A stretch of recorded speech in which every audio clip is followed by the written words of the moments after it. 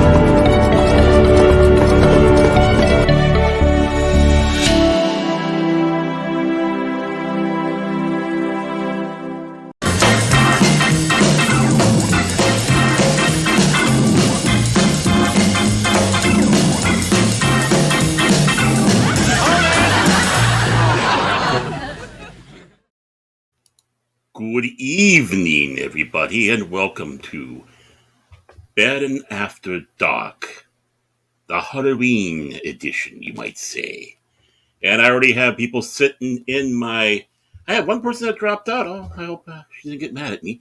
But I do have people in the green room, and I'll bring the first one in here, since he was the first one, is John Fez Dr. Rendell. How you doing? All right, how you doing, Baron?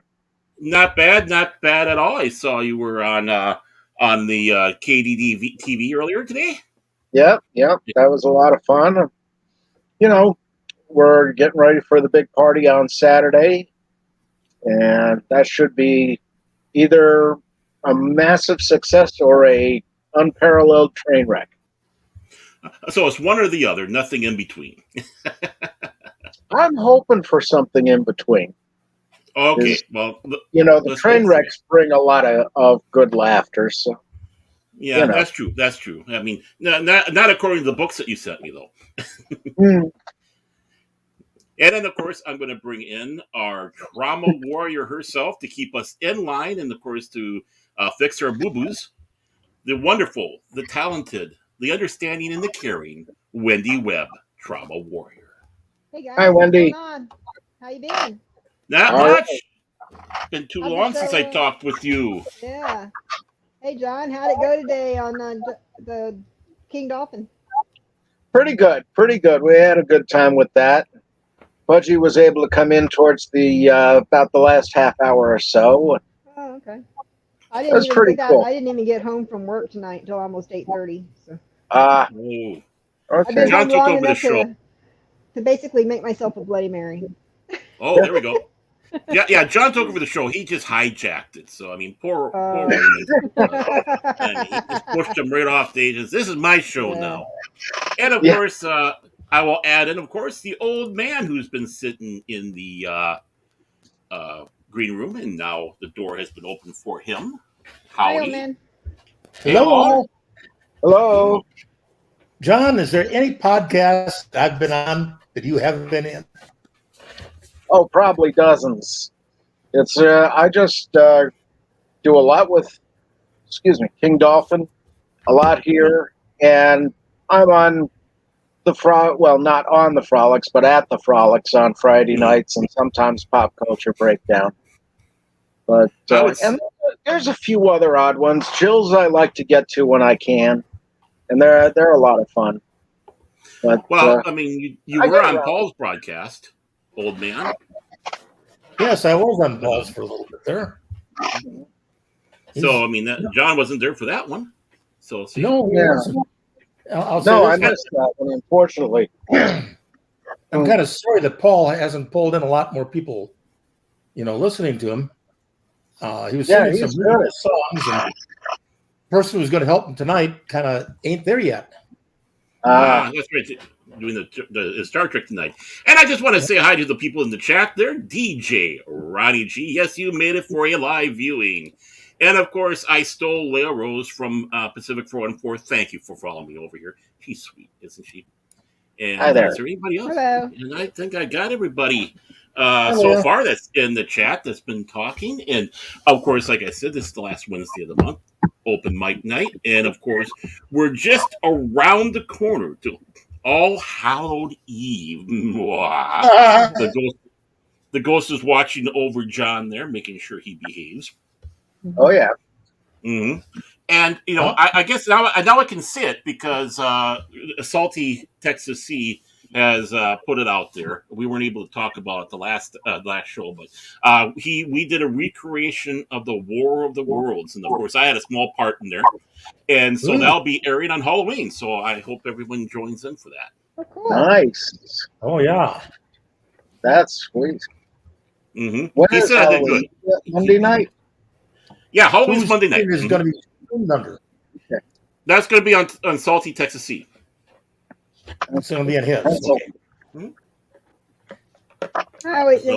Doing trauma for a living and stuff. I've never liked it when Halloween fell on either a Friday or a Monday. Especially when it's on a Monday, because people have all weekend to have their parties, their costume parties. And you stack them up like cordwood. Hey, hold my beer. Yeah. I swear this nail gun won't fire into my heart if I pull the trigger. Yeah.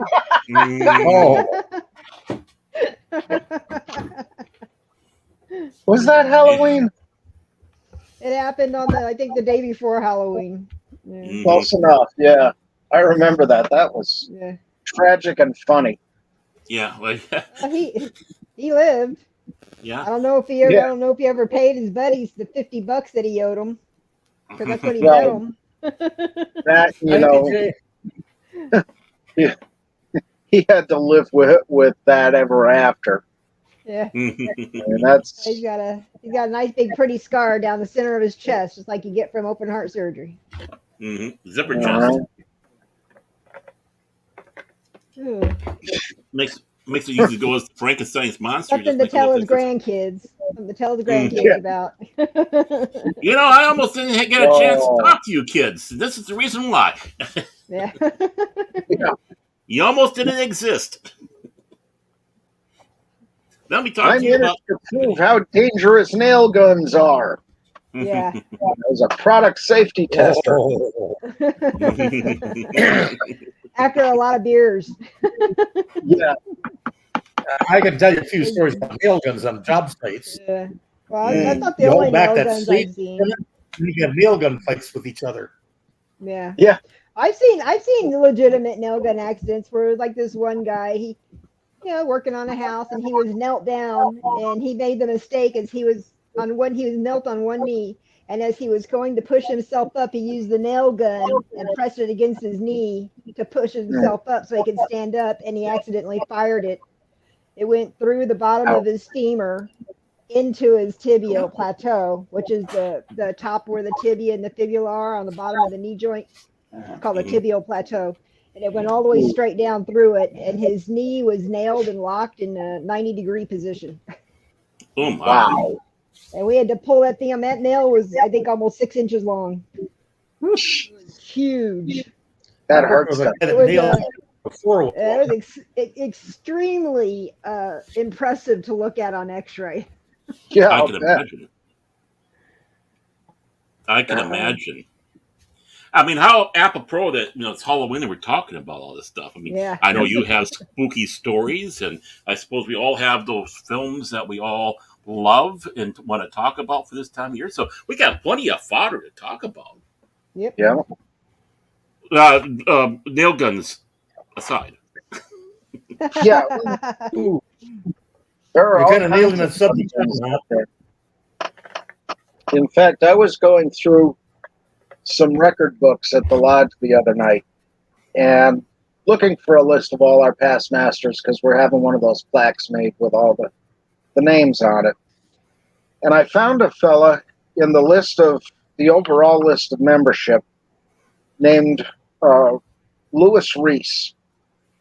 And where he's listed in the book, usually it just has your membership number, the name, the year that you joined. There's an asterisk next to his name, and the next line says murdered October 1st, 1852. Wow. So I went on newspapers.com and found the story, including the trial transcripts. And he was murdered by a guy named Reese Evans. So his first name is Reese, his last name is Reese, his murderer's first name is Reese. Confusing as hell, but weird. But eventually the guy got caught and was hanged in Wilkes-Barre after his trial. Wow. With strange things that you find, and you wouldn't expect to be in some of these old books, but this was from 1902. So I'm going back and finding all kinds of fun stuff there, and a lot of Civil War people. And one of our older members, a man named William G, spelled G-E-E, he was a lieutenant of the Company M of the 2nd Pennsylvania Heavy Artillery, and they were all over the place. But it was just interesting to go through their roster and find how many members of the lodge were in there and in a few other units. Fascinating history you find. Isn't it though? Sounds like he was just down the road a little ways to Gettysburg. I believe they were at Gettysburg, yeah. Wow. And I've got a little more research to do on all the battles they were in. But it's just fascinating to find this stuff. And then, of course, that leads to how many other people were listed. Got to look all them up and how many people are related to each one of them. And it spirals out of control like fractals. What you gonna do, Cheyenne? Cheyenne's up to something. She's got her nose stuck like an inch from mine right now. She just walked across my stomach and laid down. It sounds like honey. Sounds like honey with us. 40 pounds of her. Cheyenne only weighs about 20 pounds. She actually made I was on camera on Sunday with Christian Dolphin on his surf side. I went ahead and just used the camera, and she stuck her face up into the camera, coming over to check me out, and she said hi. Good doggy. And we have Das Wolfen here. Good to see you, Das Wolfen. Hello.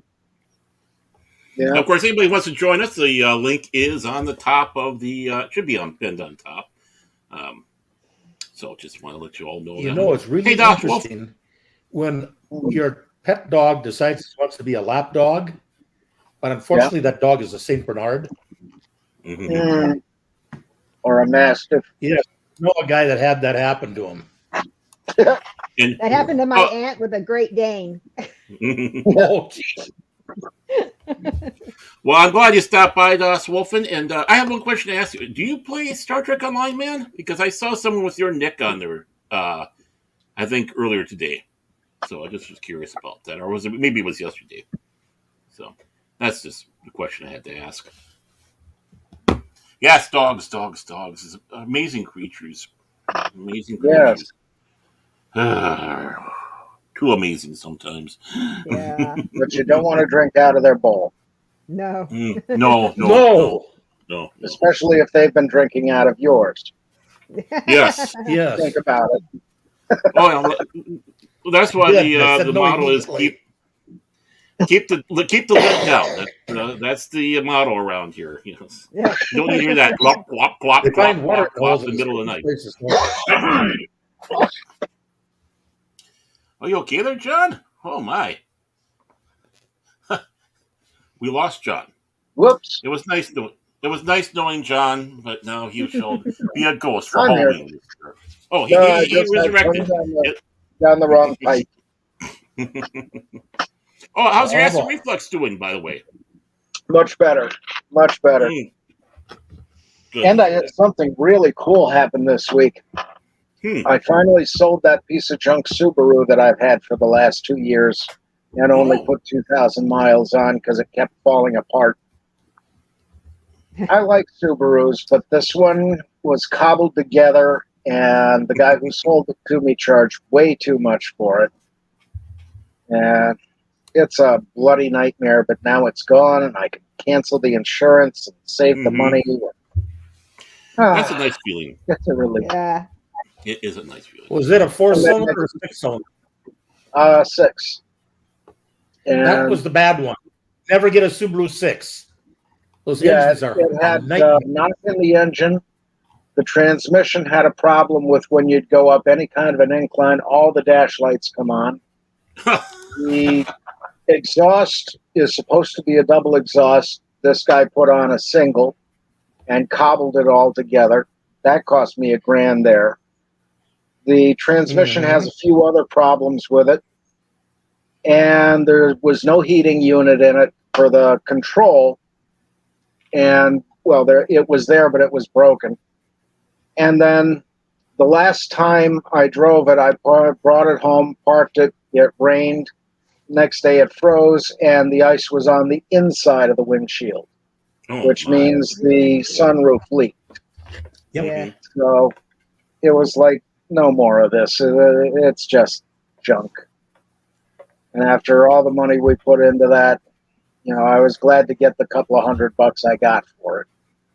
Right. All the people that I've talked to that have Subarus, every one of them, to the person, have done nothing but complain about the 6-cylinder, and all those with the 4-cylinders, how good it is. My daughter-in-law has a 4-cylinder Subaru, and she loves it. See, that's what They're a good vehicle, especially where we are, where we get all the snow and ice, and PennDOT doesn't exactly shine some of the time when they're clearing the roads. So, and I don't know about that here in Minnesota. But this one was just, as you say, being a 6, I would tend to agree with that.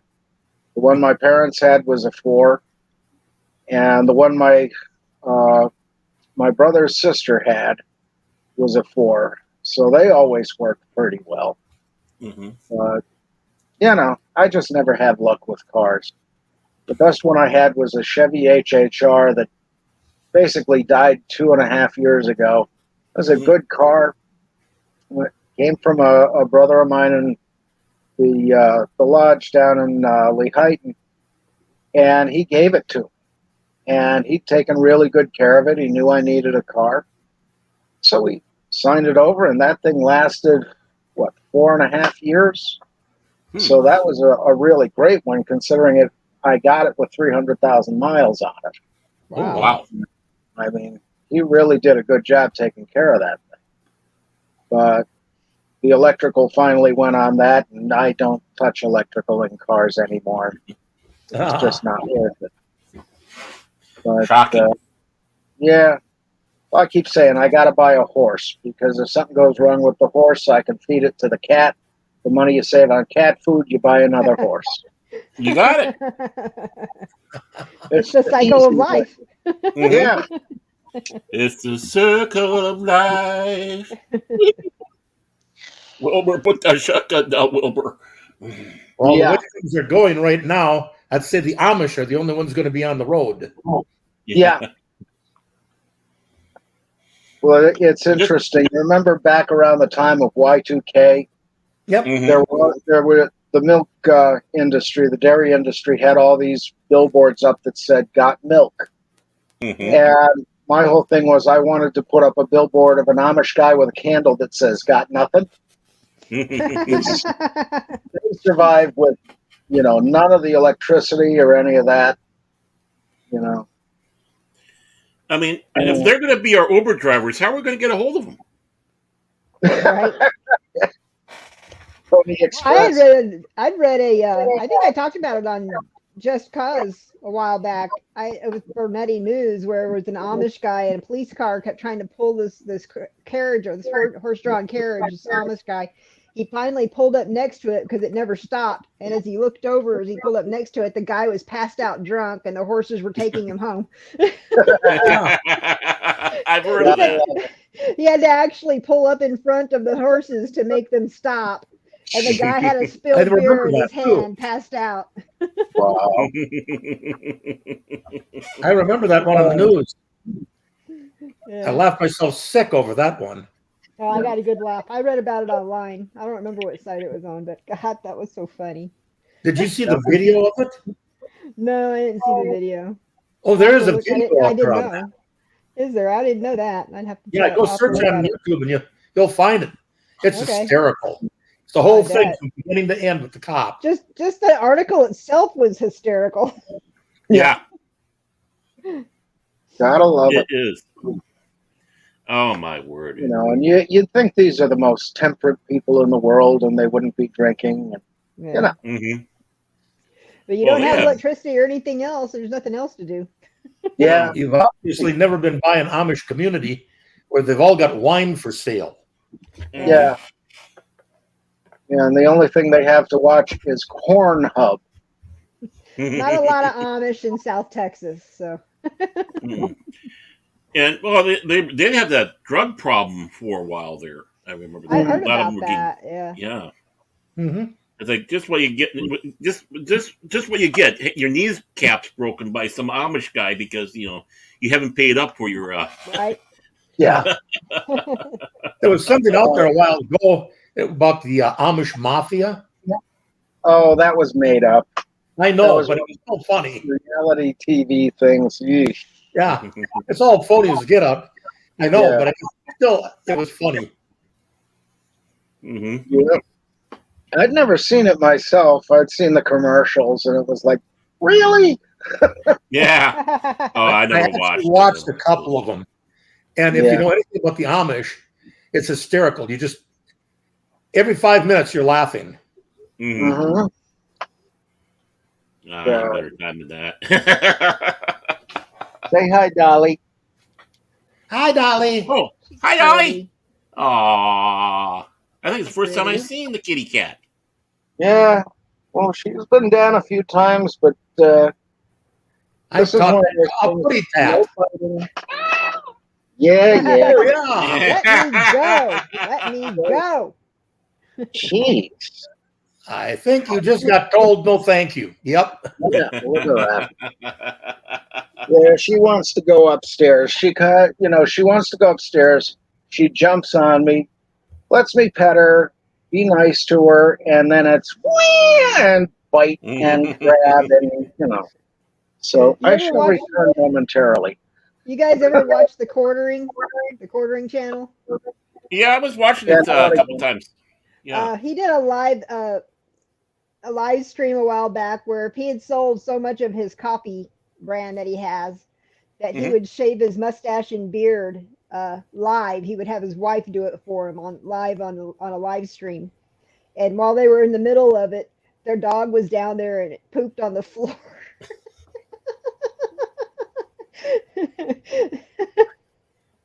Well, give his opinion. Go ahead, it was so funny. Well, he was stuck there, sitting there with half of his face shaved, while the wife ran and tried to start cleaning it up before she came back to finish. It was hilarious. But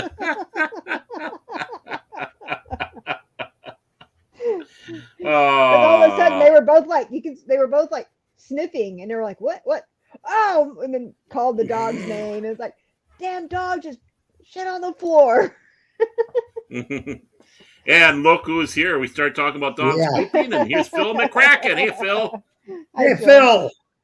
And of course, the long suffering. She really appreciated seeing the kitty cooter. Yep. Yeah, I'm a dog guy myself, but I had to babysit a cat for quite a while. And like I said, I'm not into cats, but Rascal did get to me, and I did really like that cat. Oh, I told you that cat was something else. Yeah, that cat was something else. I even helped give it. It was diabetic. Mm-hmm. Oh dear! Help the Mrs. Old Man give the cat its shots. Wow, I really dug into you, didn't she? Yeah. Oh my word! Did they come up there and give you some stitches? Nah, the alcohol will take care of it. Oh, it was real easy. You give it in the scuff of the neck. And it's kind of funny because here we are giving that putty tat shots for diabetes. And guess what? Yeah. I'm diabetic. Yeah. And just one moment here. I got to do something for our wayward man here. Let me go here. So, Phil, this is what. First of all, I got to get myself back in there. Yeah. I'm an idiot. So here we go. You get no coupons. You get no coupons, Phil. It's been a tough year at McDonald's. There are no coupons. Ah. And the coupons we got are expired. Yeah. I will definitely do that, Mrs. Tag. Oh, hello there.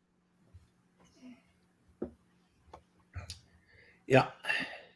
Oh, yeah. This old man just had her birthday here a few days ago. Happy birthday to her.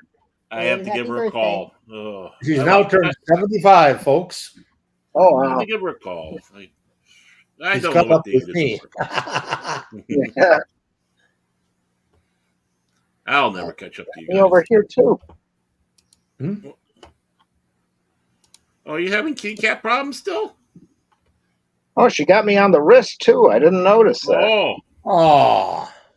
Jeez. What a mess. Naughty kitty. Naughty kitty. Yeah. All right. I'll put the tag. You know, that's the one thing I can say about Rascal. I've only knew her to hiss only once, and that was at another cat, and never heard her hiss. And never, she had her front claws, but she never used them at all. Unlike this one here. And I remember, everyone sat back and said when we had the baby tag, the former and I, we had to get rid of our cat because the cat's going to do horrible things to the baby. Well, everything they said that the cat would do to the baby did to the cat, and she took it. I mean, the former sat back. She was in the kitchen, and it was just the living room was just over there, so she's kind of walked away. All of a sudden, she starts hearing this meow, meow. She comes in there, and there's the baby tag on top of of a Rascal, and the Rascal's got "Help me, please."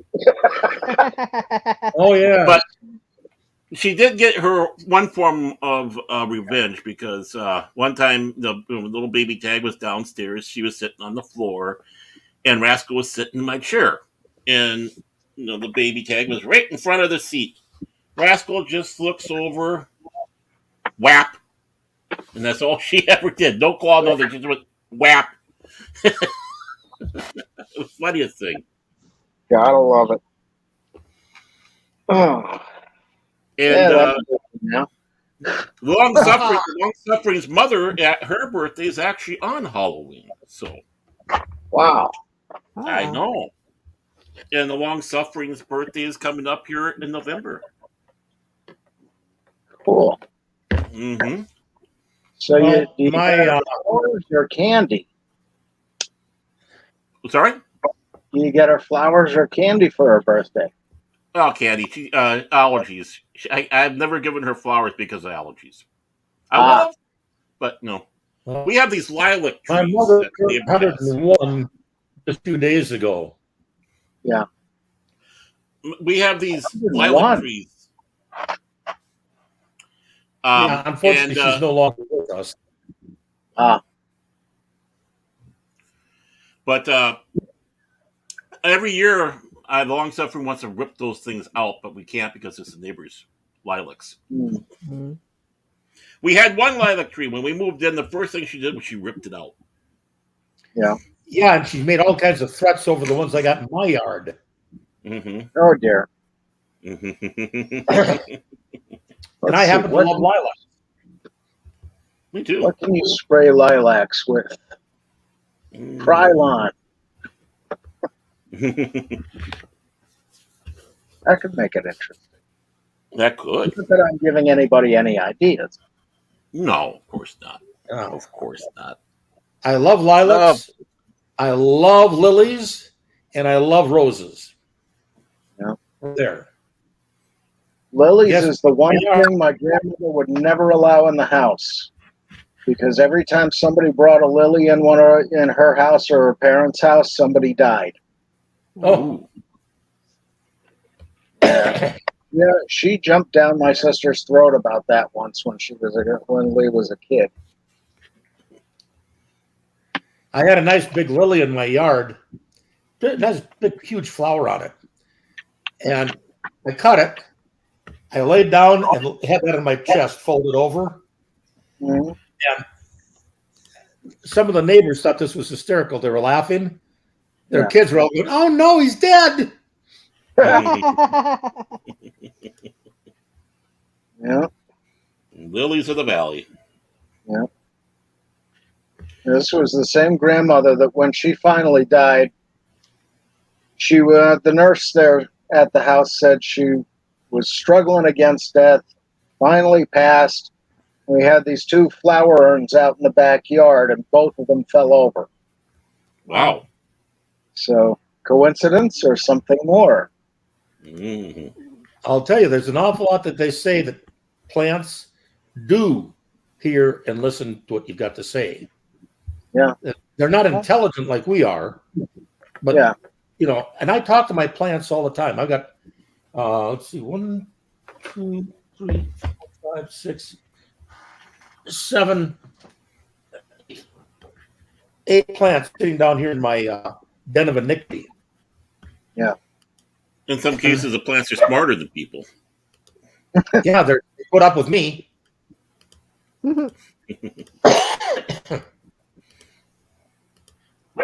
What are you barking at, Ramsey? He's just staring at the wall. Is that?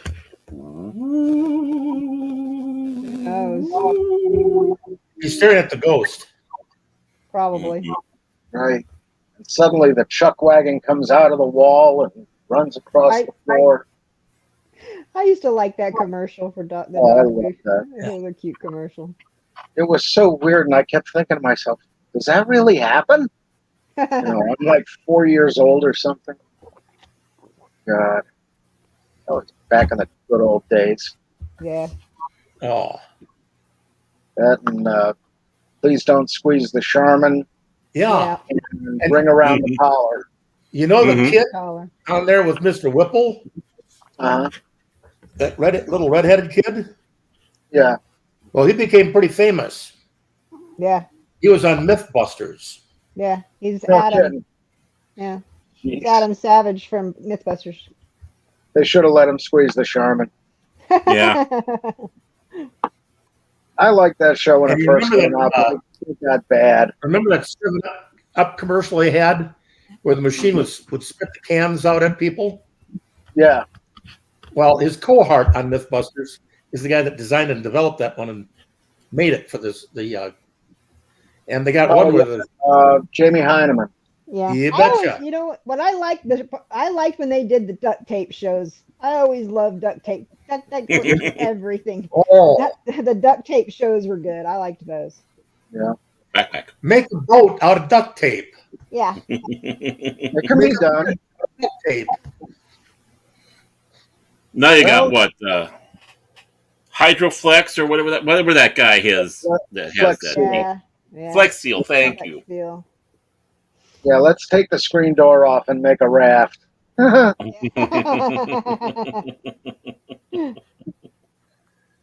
Oh, The heck of it is, that stupid stuff actually does work.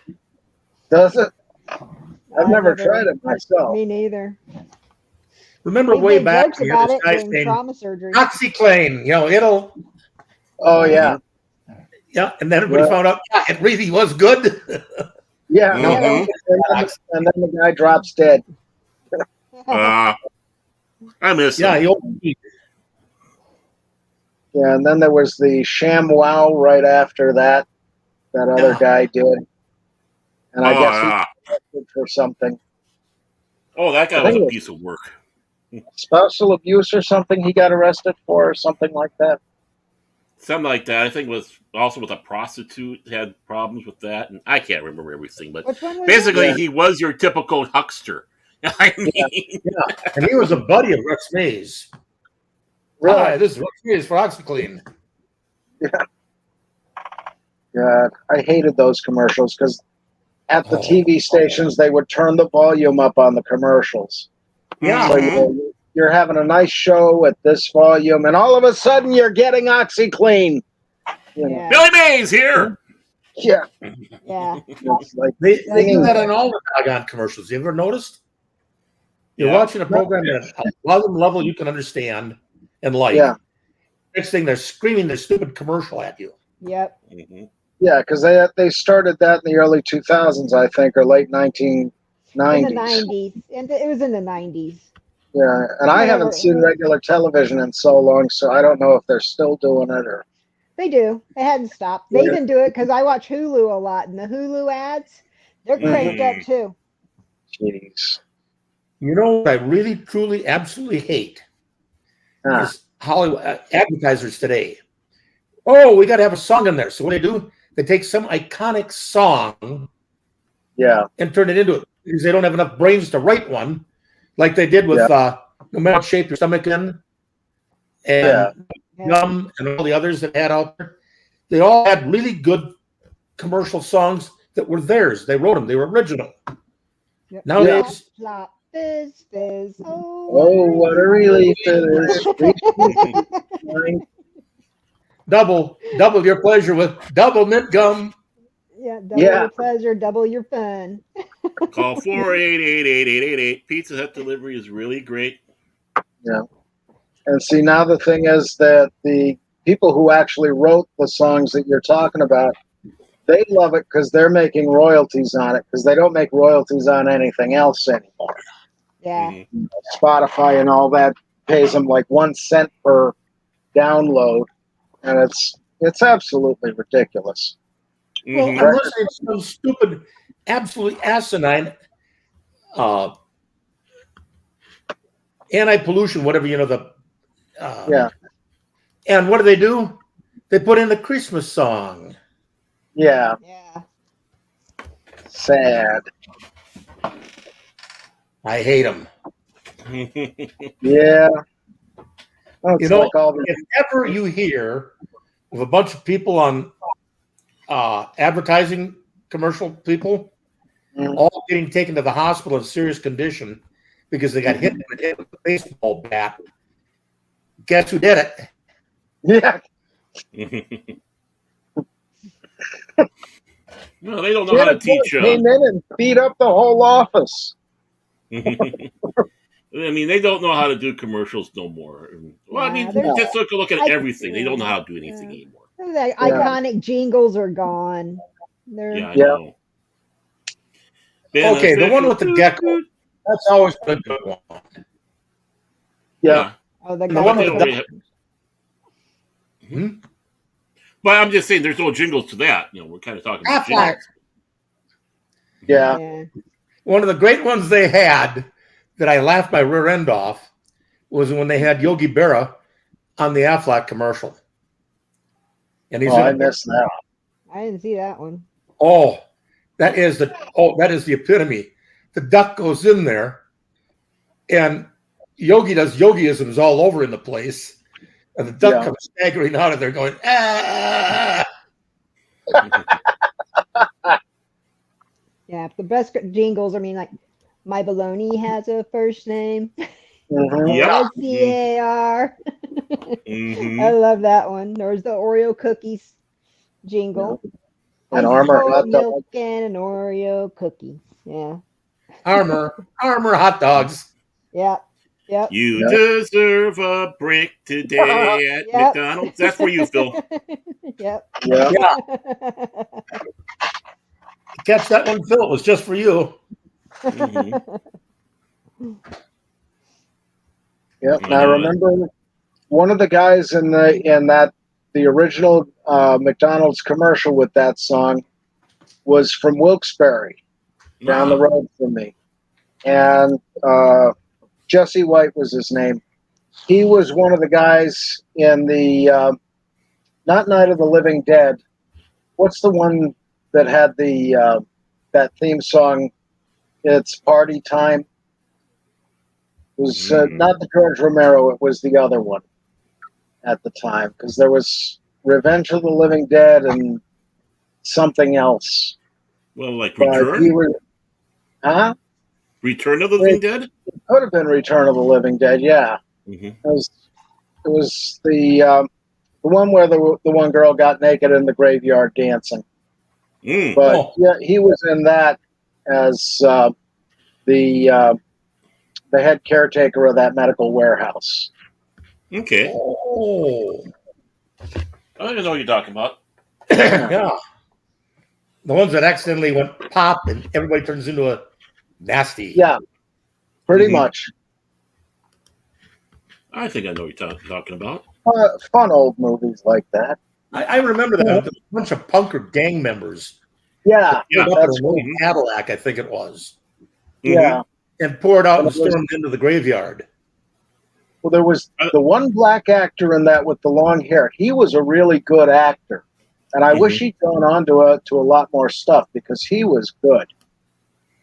But I don't know whatever happened to him. I never saw him in anything after that. Well, I know from reading some deals on different actors and actresses that I've seen where they did like 1 or 2 movies, and boy, they're great. They should go right to the top. You read up the deal, and they said they did a couple of movies. They didn't like it. They got the hell out. Yeah. Mm-hmm. Yeah, sometimes the machine is not kind. No, just ask the Coreys. Yeah. God, that was a pair for you. Mm-hmm. Corey Haim and the other Corey. I can't remember his last name. Feldman, yeah. Mm-hmm. They were badly messed up. Oh, yeah. Mm-hmm. Well, Corey Feldman did some really, really good movies. Yeah. Oh, yeah. But it's just that they got so used and abused by the system. Yeah. Oh, yeah. In many ways. Oh, yeah. Smile. Mm-hmm. And it ain't going to be on a camera. Yeah. It just was a case of sitting back and watching those guys on screen. Mm-hmm. The performances that they did in the environment that they were in. How in the heck did they do it? Yeah. I don't know. I mean, that they were friends too. They were. Yeah, they were really good friends. Mm-hmm. Yeah. They did quite a few shows together. Yeah. Oh, yeah. And it makes you wonder how, Ron and Clint Howard grew up not completely screwed up. Yeah. Well, it's still a different age. I mean, same thing with Kurt Russell. I mean, he was, out of that same age and right out of the Disney machine. Yeah. Right. Mm-hmm.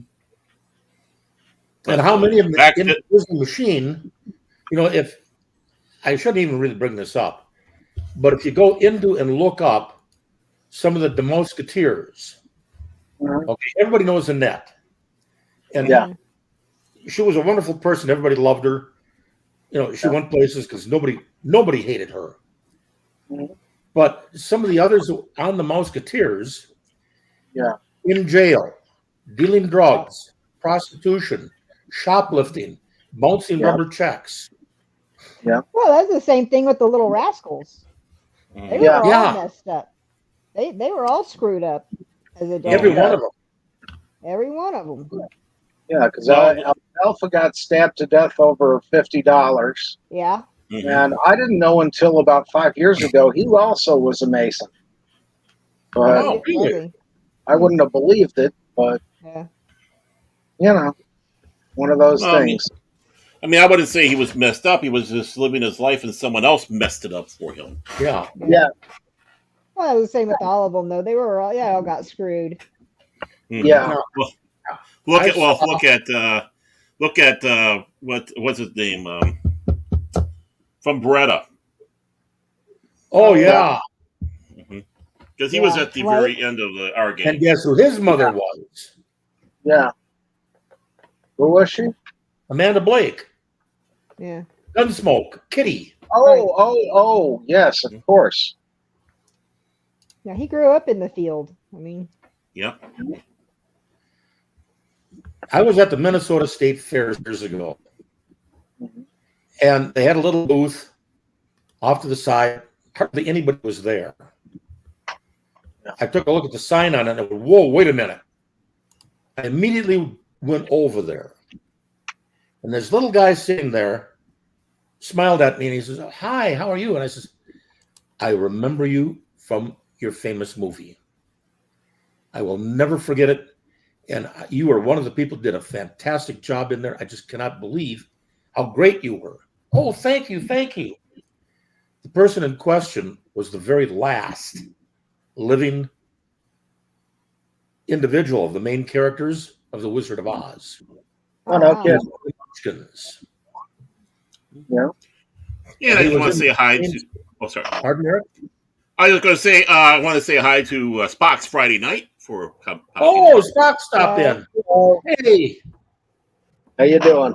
hey, everybody. No, when you're dealing with people that have been in movies Mhm. and you walk up and you tell them something that you saw them or remembered them from something way back in their career, Yeah. the reaction that they get is, you remember me before I was this? Yeah, Mhm. I do. And they just stare at you in disbelief. Yeah. They're overwhelmed that you knew them before they became famous as this iconic individual. Yeah. And Well, how that's- grateful they are. With William Shatner, that Canadian version of Oedipus Rex that's on YouTube. He's in that. And you can see him without the mask on in the very beginning. He hands the narrator his mask. And he has one major line later on in the play. And you can tell it's his voice. But somebody had asked him about that, and he said, that was 50 years ago. How should I know? years ago now. But and that was a connection with 2001: A Space Odyssey, because Douglas Rain, who was Hal, was also in that. Mm. Yeah. Wow. In my life, I've run across various famous actors.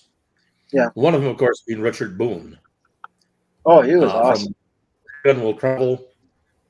Yeah. And he came to our set that we had out in Shakopee at the Stagecoach, where I did stunt work. And he came out there dressed in regular clothing. Nobody wanted to do the gunfight with him. Yeah. I'll do it. He changed into his Have Gun Will Travel Paladin outfit, came out, we did the gunfight for the University of Wisconsin. Those SOBs were supposed to give us a copy of the footage. They never did. But anyhow, everybody talked about Richard Boone having real problems. And he did. He was an alcoholic, big time. Yeah. And he'd be the real south end of a northbound horse. Mm. But the day that I worked with him, he was the kindest, most wonderful, loving gentleman I ever met. That's awesome. And I'll never, ever forget the way he acted and treated me and the stuff we laughed about. Mm-hmm. It just, to me, to this very day, I can't picture him being what everybody said he was. I believe it because he's an alcoholic. Mm-hmm. But a lot of people don't know he had a scar on his face. Yeah. Okay, you know how he got that? He was a tail gunner in a bomber. Oh, And guess what came in on him? it wasn't a wasp. 90. Yeah. He opened fires, blew the whole canopy apart. Wow. That stuff came back and nicked his face. Now, can you imagine sitting on your knees, and your knees are on top of a parachute, Yeah. and the whole canopy in front of you just disappeared? Yeah. And you got hit in the face after seeing this hail of gunfire coming at you with tracer rounds. You think you're not going to turn your gun off? And the only thing that is worse than that on one of these bombers is being the ball gunner. And if that, if something happens, you can't get out of there and the landing gear fails, you're done. You're done. And that was apparently a constant problem. Yeah.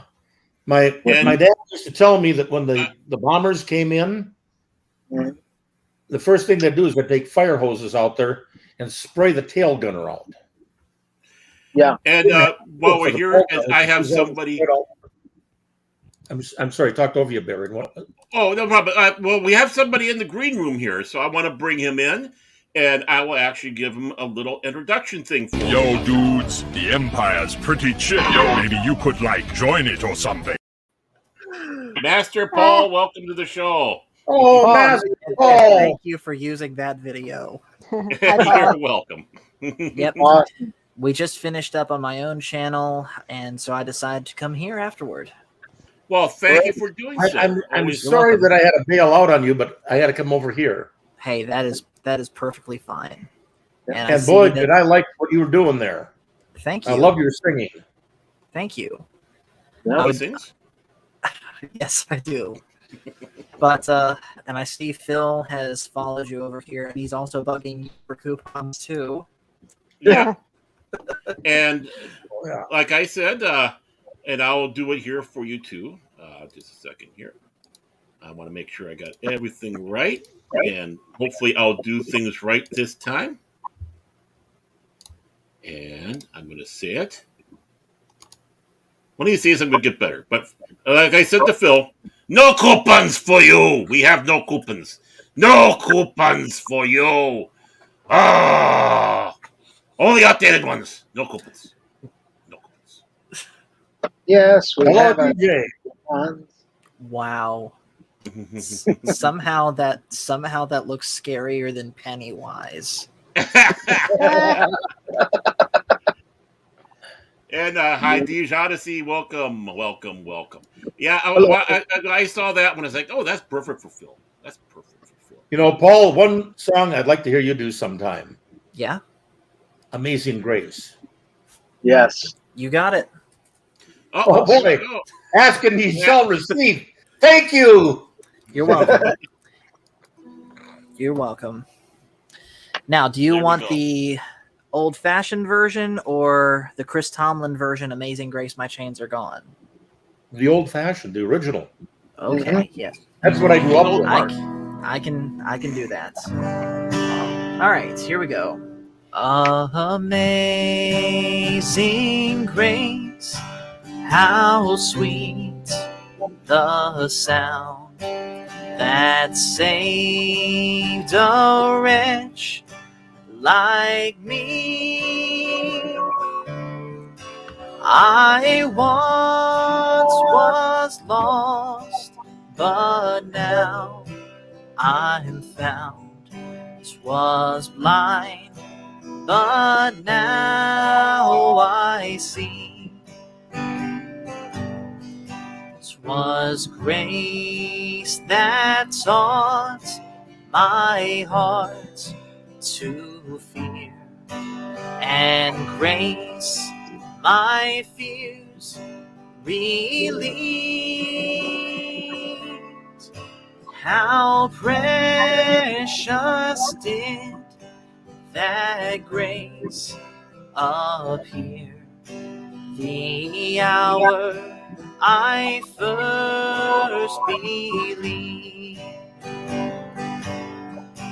When we've been there 10,000 years, bright shining as the sun, we've no less days to sing God's praise than when we first begun. Than when we first begun.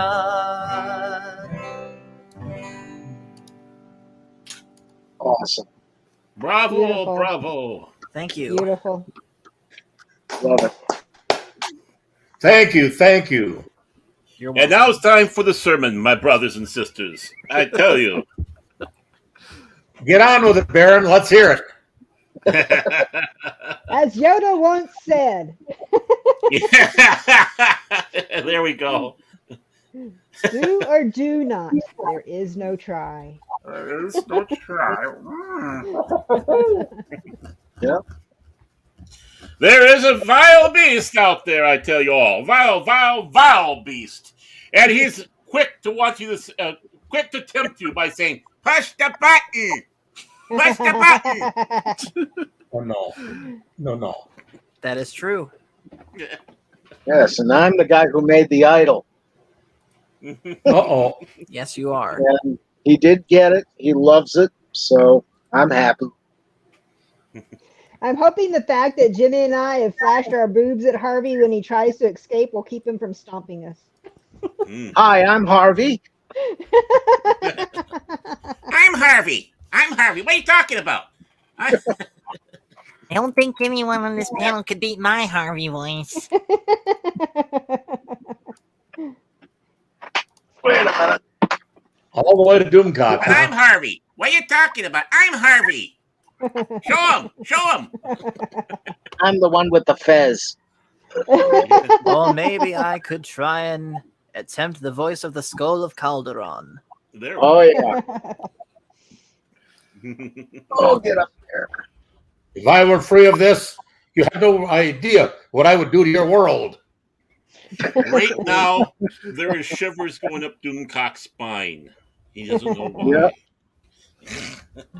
You guys ever heard the old wives' tale of anytime you just sneeze randomly, it's because someone's talking about you? Yeah. Yeah, I've heard that. Yeah. No, I always heard just your ears And burn. the ears burning too. As well. Yeah. But I've never had it where the sneezing. It Yeah, all that depends was- on what you're saying. That was another one my grandmother told me about. She was very superstitious. Yeah. Oh, Mhm. I think it was my great grandmother that told me those. Yeah. anybody remember step on a crack and you break your mother's back? Oh yeah. Yeah. Mhm. Yeah, you could always tell the kids that didn't like their mothers. Yeah. Yeah. Hop, hop, hop, jump, jump, jump. Come on! Yeah, you have no kidding. I remember some kid jumping up and down on top of a crack. Yeah. There was a couple of times my mom would make me mad when we would be out shopping and I'd see a crack in the tile and I'd step on it and look at her and be disgusted because nothing happened. Kind of Well, makes you what- This kid that was jumping up and down on top of the crack, his mother was a MILF. and hello, Salty Texas. See, I said your name right this time. I didn't go dyslexic on you. And I plugged what's coming up on Monday now that you've got the videos out. So now I can actually talk about it Mhm. a little. Salty, you have seen me. You know there's no way in the world that I qualify for that stud farm. Well, more importantly, you've seen me. Yeah. He must be talking about Paul. Mm-hmm. Oh, Huh? I'm actually sorry. I was actually typing something to a friend of mine because he might be interested in actually buying a guitar for me. So I'm typing him something on Marketplace. Oh, really? Which one are you going to dump? The big Ibanez cutaway back there. because it's kind of painful on my left hand to play. Not compared to my baby here. I was wondering why you want to dump an instrument like that, but that explains it. Yeah. So as it stands right now, I currently have 3 guitars in active circulation. This one right here next to me, my 12-string Martin, which is sitting on its double stand, and then the Ibanez, which I'm trying to sell. But if all goes well, and let me see if I can pull up a good picture of it, there is a certain electric guitar that I'm hoping to get my hands on around Christmas time. All depends on what my Christmas bonus looks like. So I'm gonna bring it up on the screen here now. I'm keeping my eye out. So there it is. Okay, so I'll add this to the screen. There we go. Beautiful. Ooh. Wow. Nice. It's also of the Ibanez company, and I mean just look at that. That's gorgeous. Yeah. Almost looks like granite or something. Yeah. It does. Now that's actually something called poplar burl. Yeah. Yeah. And what's cool about this is most electric guitars, the neck bolts onto the body.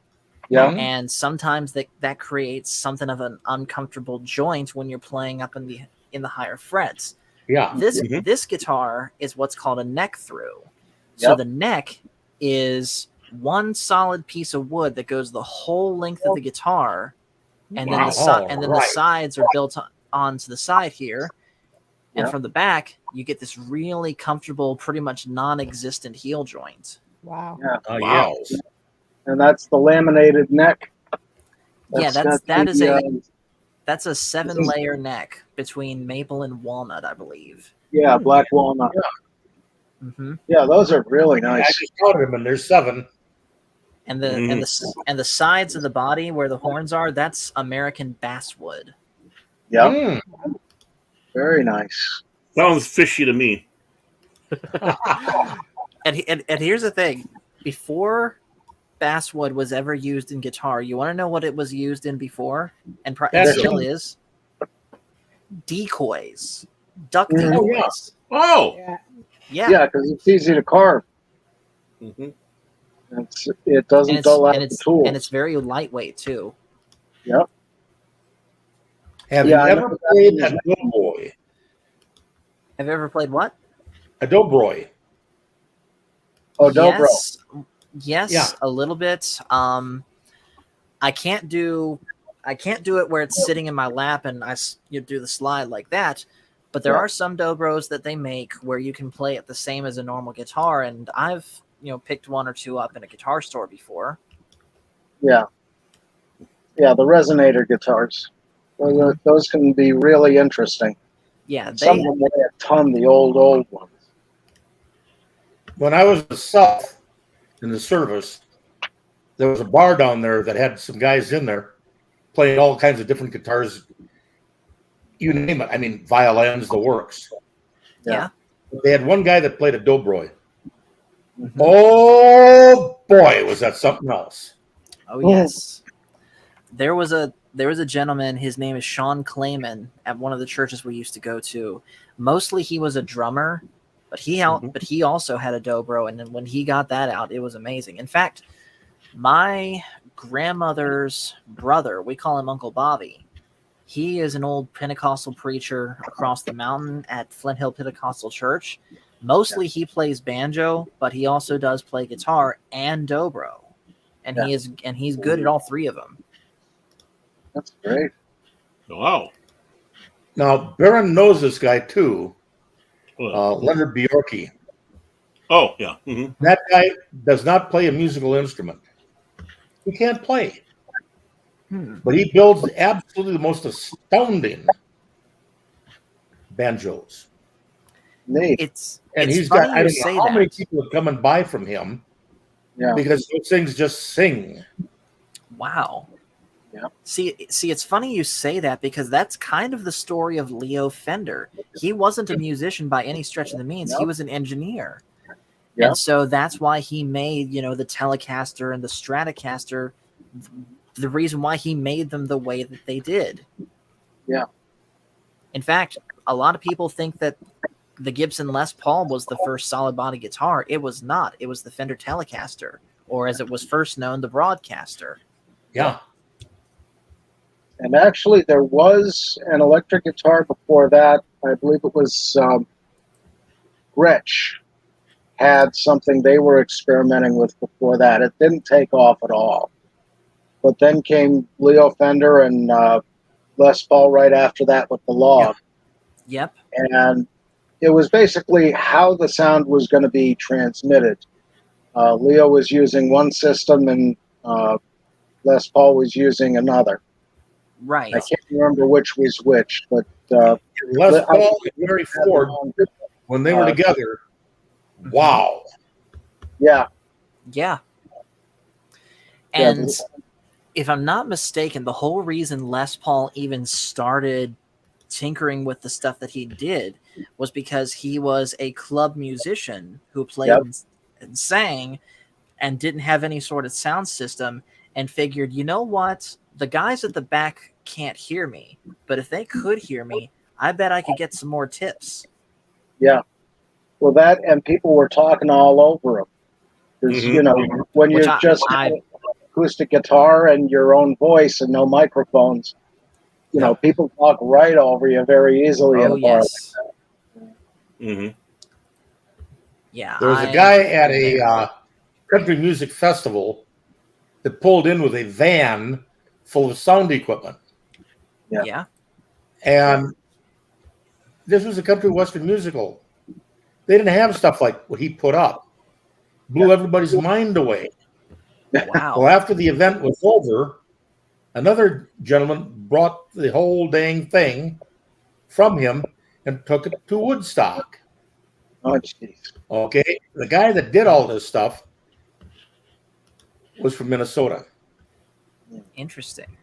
Anybody know who I'm talking about?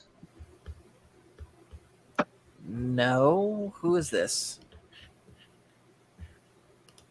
Doesn't ring a bell. Lay, lady, lay across my big brass bed. Oh, Bob Dylan? You got it.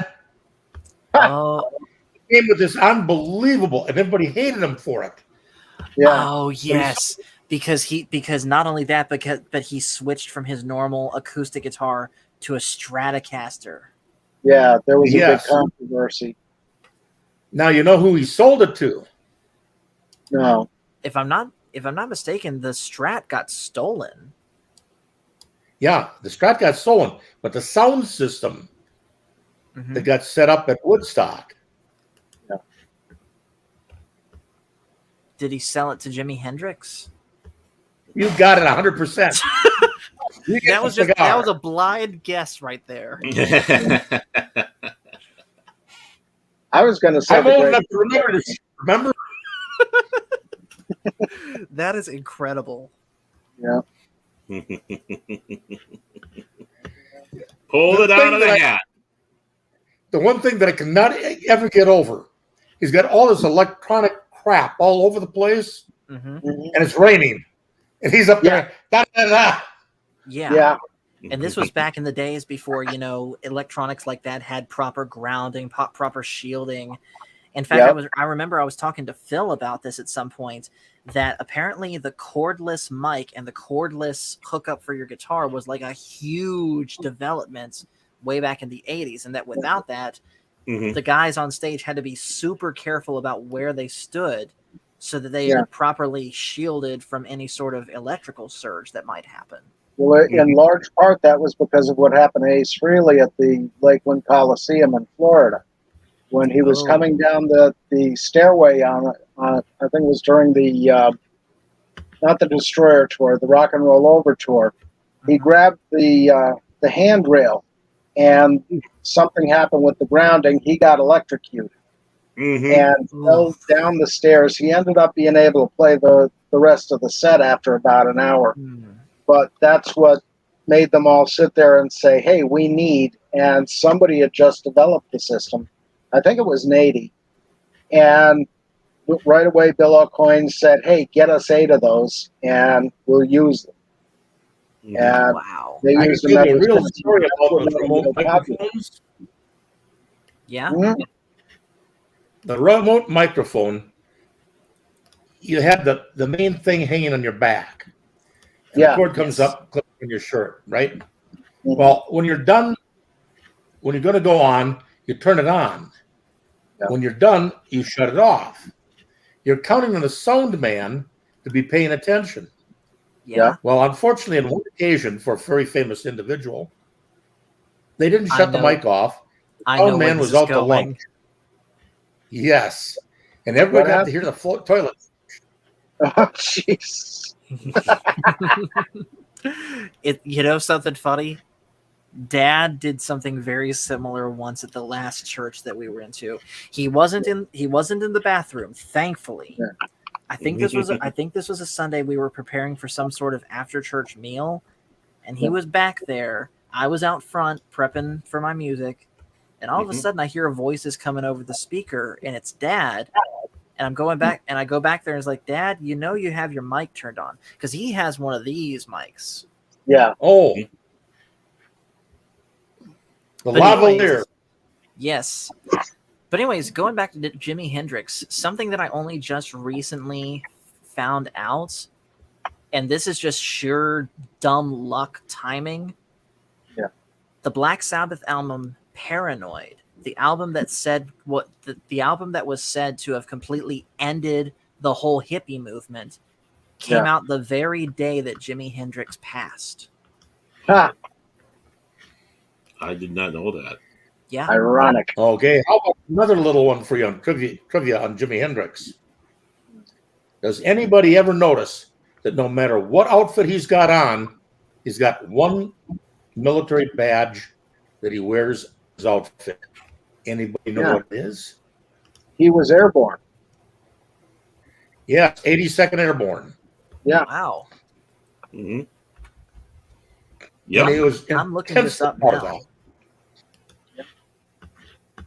And unlike a lot of musicians, he actually stayed in for his whole term. Yep. Yes. I'm looking at you, Jerry Garcia, Raft Dodger. Yeah. Well, my question is, now that he is he grateful? Hmm? Well, it could be. I don't know. Oh my! You sound as good as me. I know we have old guys dying night here. How apropos! It's Yeah, Halloween. if I turn blue, you can turn me off. Mhm. Oh, Now you're just red now. and now we got somebody here coming in on the stream here. We have doppelgangers or something, but it's gonna be a spooky night here because Master Paul. That was you. I thought it was someone coming in. That's a picture. There he is. Oh, I thought that was Phil McCracken. And notice something. He's left-handed. But he's playing a right-handed guitar. Yep. Yeah. McCartney did the same thing. Yeah. He did it with a Hofner bass. Mm-hmm. But I brought this picture up because where's the 82nd Airborne patch here? Where did he usually wear it? That's a good question. He had it on every outfit. You had to take a look at where it was. Sometimes he'd simply wear a medallion around his neck. That's not the the right 82nd. medallion for Not that. an 82nd Airborne. That's not the 82nd. That was in the 101st. That's not the 82nd. Yeah. Yeah. Huh. Well, it could be in his pocket too. But I was in the 101st. I was in the 101st for about 8 days. Yeah. Before I opted into another unit. Mm-hmm. Mm-hmm. Not into that jumping out of airplane stuff, huh? No, I did a whole hell of a lot of it. I got Halo qualified. Oh boy. I went through a week of hell to get in. It was called Hell Week. Yeah. It was supposed to be only a week. It was like 8 weeks. Jeez. When I finally got out of it. Guess what I wore? What? Something green where he hangs on your head. That's We used green to wear berets. a flag hat. Yeah. Speaking of airborne, though, I think Michael has jokingly said that one day he'd like to jump out of, quote, a perfectly good airplane, but I think he might actually want to go airborne at some point as a chaplain's assistant. Well, one thing I can tell you truthfully, you don't jump out of an airplane. No, you get sucked out. You got it exactly when you know. And well, we got someone coming in here. We have someone in the green room. But before we do that, I do have, since we're talking about this, I will use this as a segue to bring our guest in. And here we go. Don't you want your last minute instructions?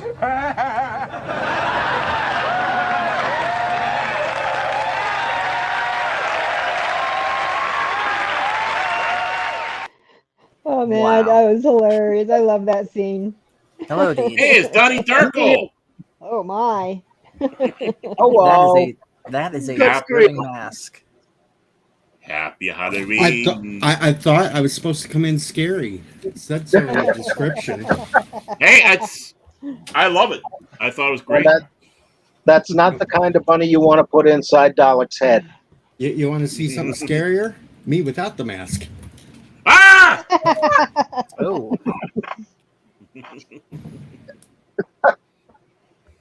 Oh, how you doing, Deej? I'm Except for tired. one thing, the 101st is not the Screaming Eagles. The old adage is, what falls from the sky? Bird crap and the 101st.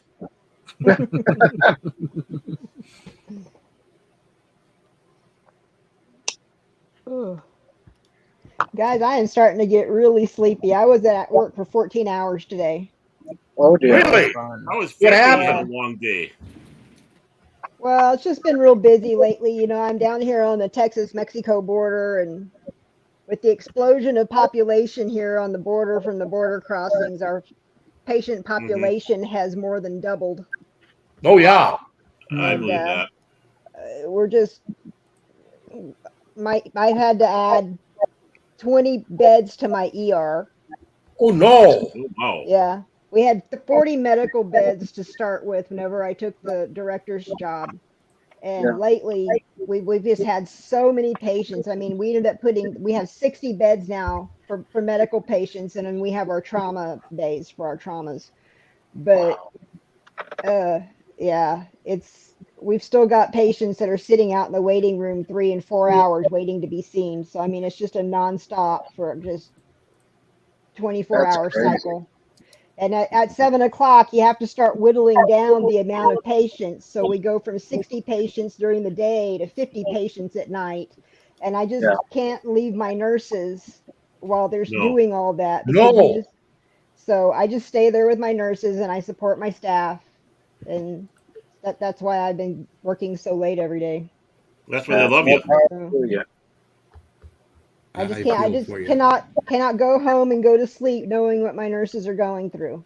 So Yeah. Mhm. I've been on the front lines for 30 years. I'm not going to stop now. Whenever No. my nurses need help. No. So, Once it's in you, it's in you. If it you're, is. It is. I'm really Dedication. tired. So I I'm can gonna imagine. let you guys go. Love you Okay. guys. Have a good I night. love you. Good Love night, you Wendy. too, Wendy. Have a great one now. Take care. Okay. See y'all on See Saturday. you later. Okay. Bye bye. Bye. Yeah. That's Sparks, Yeah. you're here. Yes, he Jeff is. Sparks is here. It's a raid. Anna Moss and Jeff Sparks. Quick, grab your nearest weapon. The raiders are coming. I'm Animos ready. is here too. I'm Yeah, ready. He's ready. He's ready. El Kabong. Oh, El Kabong. I forgot. Oh, Yeah, El Kabong. Oh, jeez. Oh, talk about Papa Louie. Baba Nooey. Talk about, oh my word, El Kabong. Are you guys surprised I actually know what that is? No, I'm just surprised I No. heard it. But while It's we're been talking too long. about, Done in reruns. Yeah. but while we're talking about guitars, do you know what the Great Kabong incident was? No, I don't. That was when Hart played in Portland, Oregon.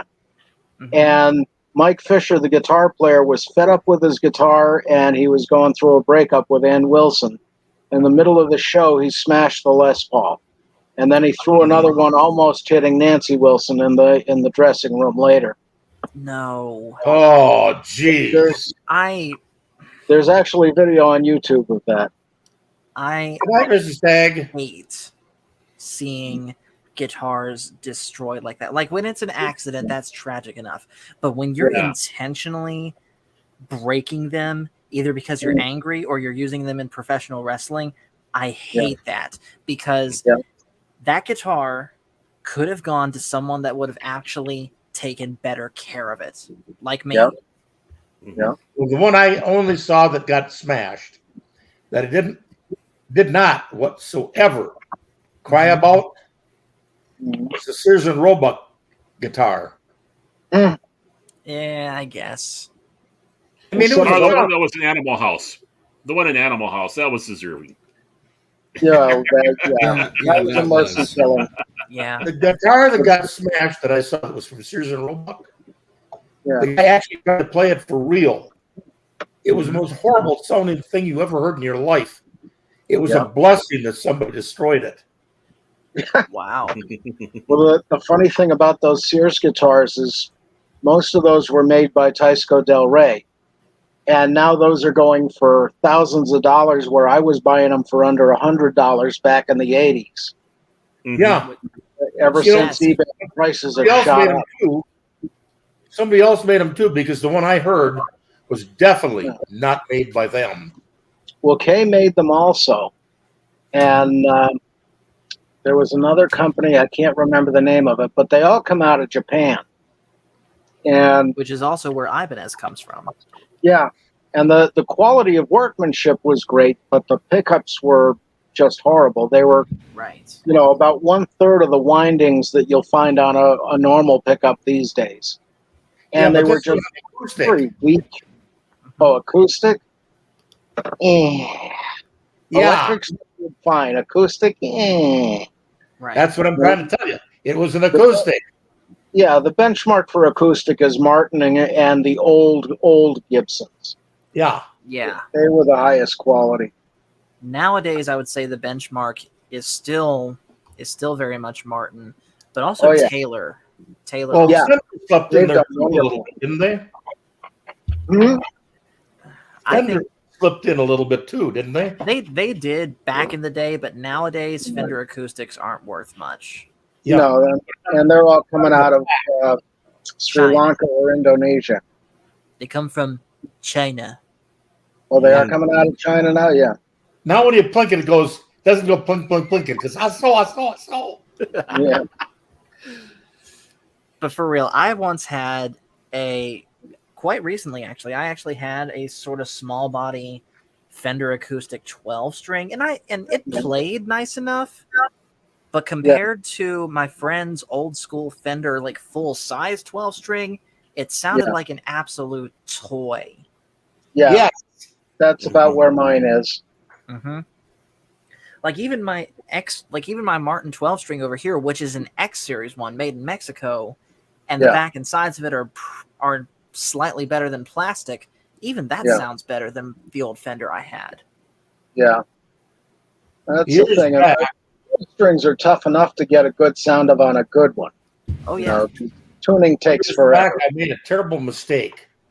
Mm-hmm. My brother had a Sears and Roebuck guitar. This was way back. We're talking 60s. Yeah. Yes. Okay. He gave it to me. I never learned to play it. I can't play a musical instrument for you know what. I can't even play chopsticks for it. But anyhow, years later, I decided, seeing as it was my brother's, I'd give it to my niece. That was the biggest mistake I ever made because she's the south end of a northbound. I won't say it. Of course. Anyhow, we don't have anything to do with each other. I do not like her one bit. But I gave her that guitar. And I remember hitting a few notes on it and everything else. And I go, wow, this is good. I wonder what would have happened if I would have kept it now. Yeah. and offered it to somebody who could really play. I Instead would of have taken it for sure. Yeah. I hate myself for that. Yeah. Here's one of those old guitars from Sears. Oh, just a Ooh. second here. With, Just a silver second sound. here. Oh Let me yeah. get this. There we go.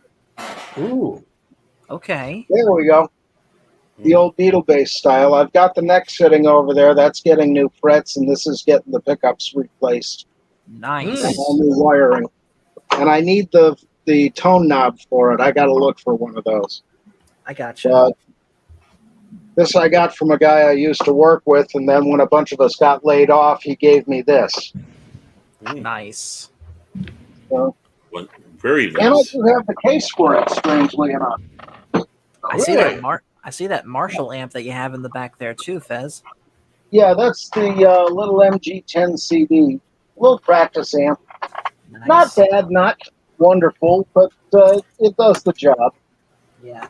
That's kind of like what I have here, my Positive Grid Spark 40. Oh, nice. And I've got the strap. Sweet. And what's cool about this is, unfortunately, I can't demonstrate it because I don't have an electric guitar right now. Mhm. But I can actually connect it to my phone and dial in different tones that emulate other famous people's tones just off my phone. Wow. Sweet. Awesome. It's amazing what you can do with technology. Yeah. I know one thing you'll absolutely. hit me for. Yeah. This is back in the 80s. And I and a large number of my friends went to a party. Mhm. Well, the band that they had playing insisted on playing at 97,000 dB. Oh. Nobody could talk. Everybody told me, tone it down, man. Tone it down. You're taking the doggone paint off the walls. Mm-hmm. I took out my Bowie knife. I went over and I drove it through one of their speakers. Oh. Twisted it. Mm. I wasn't alone because another guy did the other speaker. Yeah. Wow. And these guys were, we told you once. We told you twice. We told you 3 times. And every time you said those magic alphabetical letters F and U. Yeah. Yes. And guess what? Our reply was James Bowie. James Bowie. Mm-hmm. Wow. Yeah. You know, the one part about it was the guy that was with our group, he was with I don't know how many different groups. Played for the Minnesota Orchestra and other famous musical groups and organizations. Yeah. And he was with us. And this guy just went, I hate what you guys did. Oh, I hate it, but I love it. So here's a funny story that I heard once on YouTube. So you know how it's commonplace nowadays for people to shout "Freebird" at a concert? Yeah. I heard a story about how this band got so sick and tired of that one day they called the person that shouted "Freebird" up onto the stage and said, "Why did you shout Freebird at us?" And he's like, "Because it's funny." So what they started doing at every single show after that is the next time that someone shouted Freebird, they had a big stereo system hooked up to their sound system, and they would play the track Freebird, and they'd walk off the stage. And then suddenly the crowd would start booing, wanting the band to come back. Yeah. And he's like, "But I thought you guys wanted Freebird." "No, we want to hear you play." Yeah. That ain't gonna happen, son. Mm-hmm. Yep.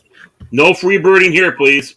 And strangely enough, I used to do lights and sound for a guy named Billy Swain, and he had been the lead singer in a Leonard Skinner tribute band called Branded Roads out in New Jersey. Yeah. And he had this wonderful set of sound systems.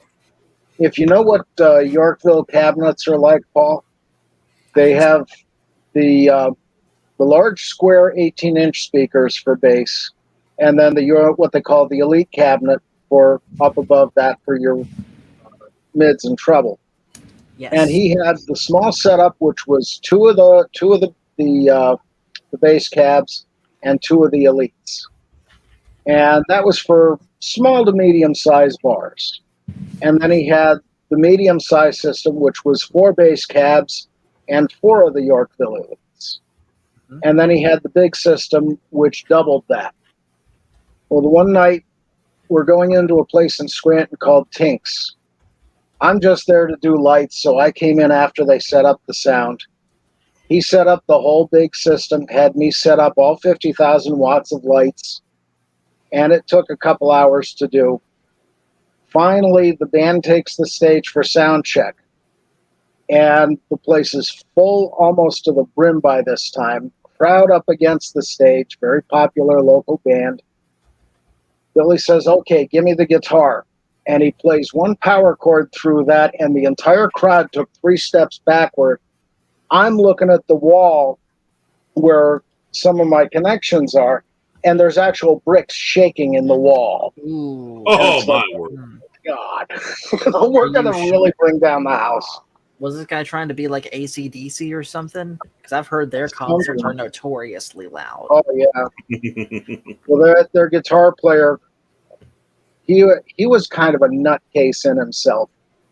He was one of those guys. He would play with his fly open and every now and then pull the guitar up, and he'd been thrown out of a couple of bars for that. You know, real nutcase. I believe it. You know, I'd like to jump in here on something. Yeah. Jack Spots put in a good thing here. Mm-hmm. He was saying, there you go. Thank you for putting that up, Baron. Mm-hmm. Remember the Hanna-Barbera cartoons? Oh, Yep. yes. Mm-hmm. Very Weren't they much. fantastic? Yeah. Mm-hmm. Don't we all have great memories of them? Yeah. Yeah. Mm-hmm. Hey there, boo boo. Yeah. The Yogi Bear and Tom and Jerry. Top Cat. Mhm. yeah. The These are- the Jetsons. I nearly called them the Astros because I see Wendy saying that in the chat. Yeah. I'll put Apologies. that back up for her. Yeah. Astro is the And dog. they also did Kiss Meets the Phantom of the Park, which is kind of bizarre. Yeah. Oh, that was. Wasn't there also a cartoon of the Munsters Um, or the was Addams one of- Family? yeah. Adams Family. The Adams Family. Okay. Adam. Yeah. Not the Munsters. Yeah. And Yeah, I that think the was- Adams Family even were with the Scooby-Doo gang, I think, in one They did episode. the voicing. At one point, yeah. But that cartoon of the Addams Family, they were actually using the original character designs from the comic strip. Mhm. Yes. And And Gomez It was really looked weird. yeah, well, that's the thing. He looked nothing like John Aston, and it's like, No. wait a minute, that's wrong, isn't it? No. Somebody shows me the actual comic strip, and I'm going, oh, Yep. okay. The Charles Addams cartoons. As Yeah. he sat back And how about and- Morticia? Yeah. Boy, she looked kind of, what's the word, anorexic. Yeah. But the Morticia in the TV series, Yeah. wow, was she something in her life? Look Oh, yeah. her up. Alex Jones. Very nice. Woo-hoo. You know? And even at her age, when she did this, she was still hot. Oh, yeah. Well, she wasn't all that old. I think she was late 30s, early 40s. Yeah, when No, she was he doing, was he more was still meditative. young doing the Addams Family. It was Yvonne DiCarlo who was older. Yeah. Yeah. And she was still very pretty young, pretty lady. Yeah. You betcha. And built like a brick shipyard. Oh. Wow. You know, and you look at Elvira, how old she is, Yeah. and she still has a lot of guys going, ah. Yeah. Yeah, not bad for It's a just a 71-year-old shame that woman. lately she has That's- said that she's not even into that sort of thing. That Yeah. she's into women. Yeah. Well, she wants to retire and have somebody take over. Oh. Just like this. I have a funny story about Cassandra Peterson. Oh, really? Labor Day weekend, I did a 48-hour live stream. And I was doing some public domain movies. Well, a company that represents her tried to claim part of my video that night. I sent a message directly to her. Within 1 hour, that claim was taken down. No kid. Nice. Awesome. That had to be something with Vampira. No, it was actually Night of the Living Dead. Oh, no kidding. I was watching Night of the Living Dead, and they tried to claim it. I think it's because she did one of her Elvira movie things. Yeah. To that. And yeah. Like, and it's like, no, you don't own it. It's not yours. But if you look up Cassandra, way back, you can find some of the movies she did before she became Elvira. Yeah. What's really humorous there is you get to see her with her real hair, uncolored. Yeah. And also nude. Not as shocking as that, but here's something else interesting, especially since Pacific jumped in. I'm sharing something else here, Baron. Oops. Oh, Cax is here. Oh. Yeah, I was gonna introduce. Look, it was a raid, man. We talked about it. It's raid time. Wait, who invited Cash? Who invited Paul, man? Well, we were worried about you, Cash. We hadn't seen you for Crazy Trick, and you weren't on until you must have gotten on Mike's stream after I left. It's like, what happened? What happened? Yeah. Dude, you can always find me if you want to, Baron, but Paul cannot. I don't trust him, dude. Well, here I thought it was Phil McCracken's ominous things that would happen. Being that you live in California. Right. Yes, of course. Okay. How do we know for sure that this isn't Crit pulling a trick on us? It's not. Oh, it's not. Mike can verify.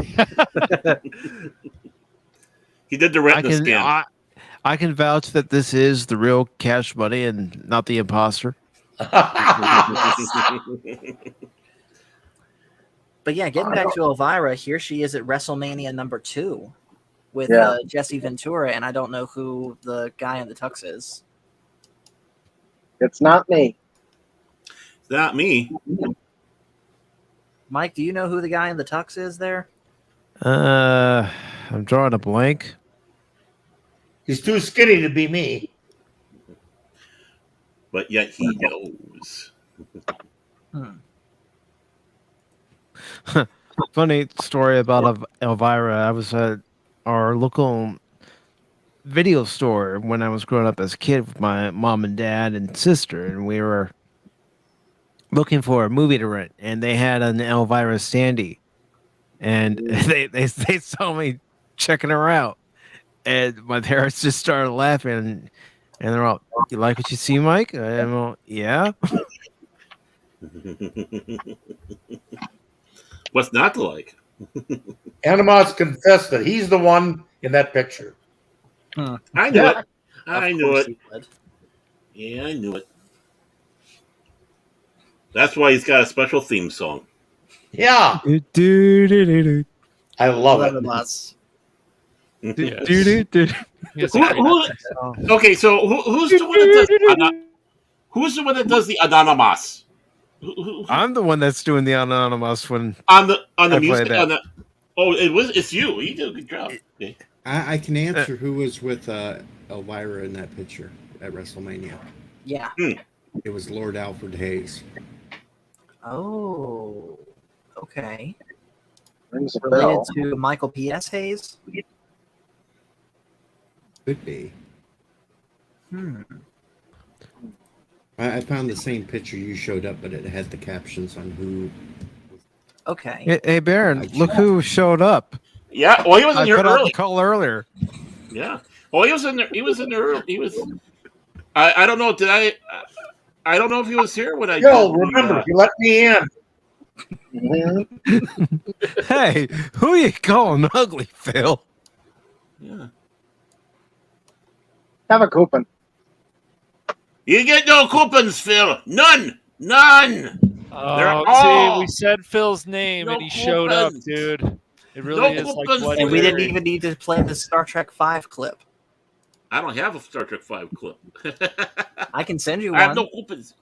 Oh, I'm sure you can. I'm more than happy to. Yeah.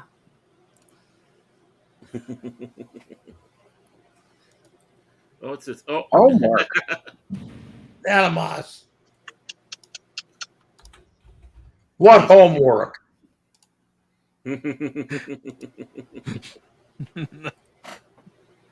Yeah. See what happens when you show up, Phil? yeah. I tell you, fun. But actually, what was it? This was Vampira that was mad at Elvira. She was thinking that Elvira was stealing Yeah. her gig. And I don't. Yeah. I There's a can't lawsuit over that, wasn't there? Yeah, there I was. think there might have been. Mhm. By the way, Baron, check your Discord DMs. Okay, let me. Oh, Discord. I got to call He's that up. sending you Okay. secret messages. Yeah, he's calling you out. I'm sending him the Star Trek 5 clip.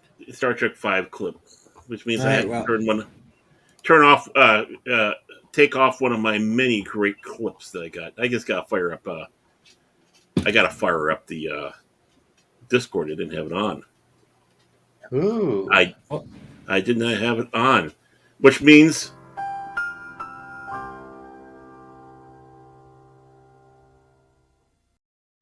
I'm an idiot. Oh, Oh, it's been fun, Baron. I got to bounce because I got to get a little bit of sleep before another Oh. long day of work tomorrow. Well, thank you for popping in here, DJ. I think it's the first time you have, and you're always invited. thank you, DJ. I had to just pop up here since you had the Halloween thing below, and I had to do the bunny. So You did a great job. Very good. Ah! all right, you guys have a great stream. Hey, say hi to Have Captain a Phantom good one, Nerd. man. Have a good one, Deej. See you later, man. And then there was Take 6. care.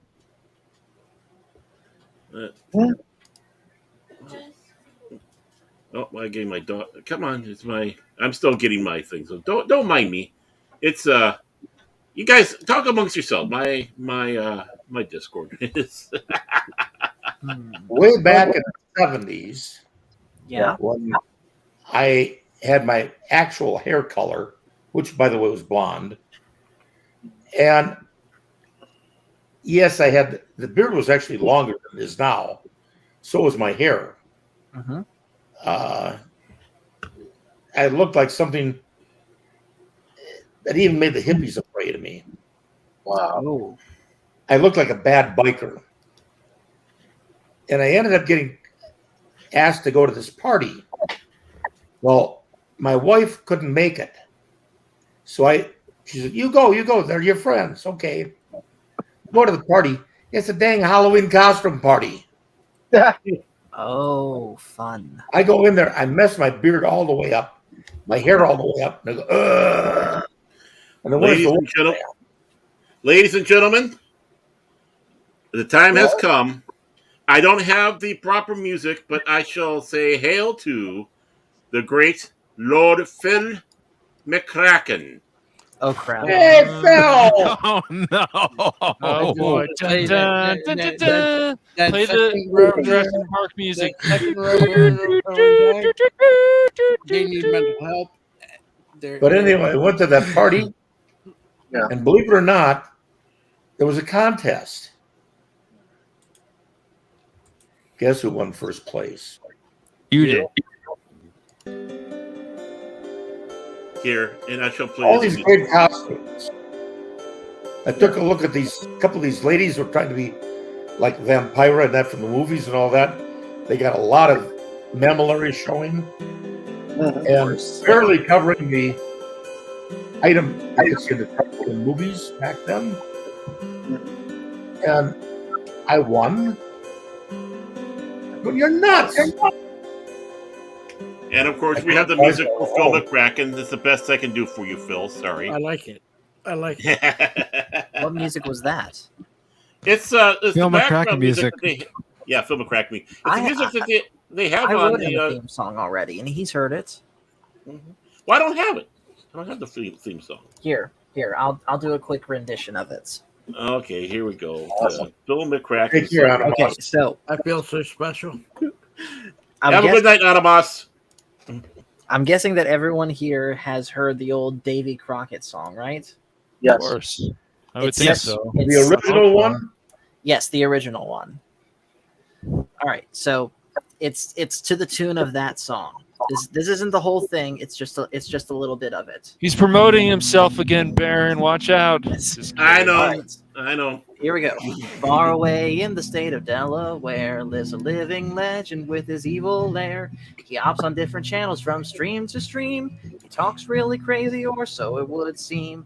Phil McCracken loves the ivy at Wrigley Field. You always know his him in the chat you see. Buster Bars and coupons for big kiddies. He'll make up silly hashtags all the time, like hashtag justice for Star Trek 5. Phil McCracken, he really likes Jean-Luc Picard. All right. Awesome. That was great. Thank you. Yeah. I feel so special. Phil, you got yourself a new theme song. What can I say? You're a cult hero, Phil McCracken. What can I Everybody say? loves you. No, apparently, the Padawan wannabe, he seems to be a little hateful there. No arms, no legs in the Grand Canyon. Well, I had both my arms, both my legs, 50-some years old, and I got all my hair. All my hair. Lucky. Special. I'm special. Well, there's All a few this, people out he there got that all his have hair. my Hair club for men. I'm 75. As long as it's that short bus special, that's all I gotta say. You know, when you have the short bus special, you get home early. That's all I have to say. Mm-hmm. That's true. Very true. You know, to that, again, we have to play this.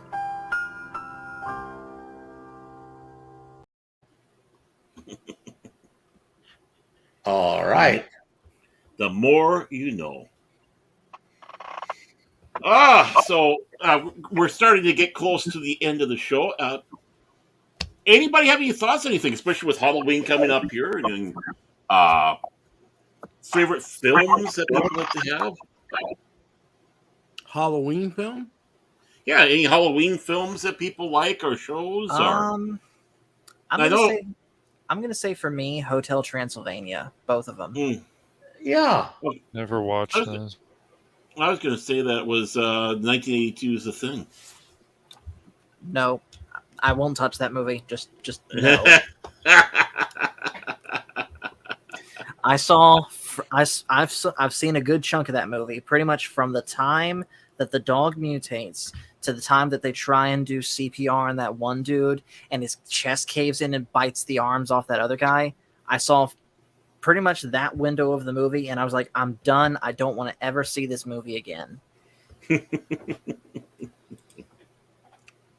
going to go with an old TV style movie that a lot of people don't remember. William Shatner plays a cop, has The Kingdom of Spiders. Oh, yeah.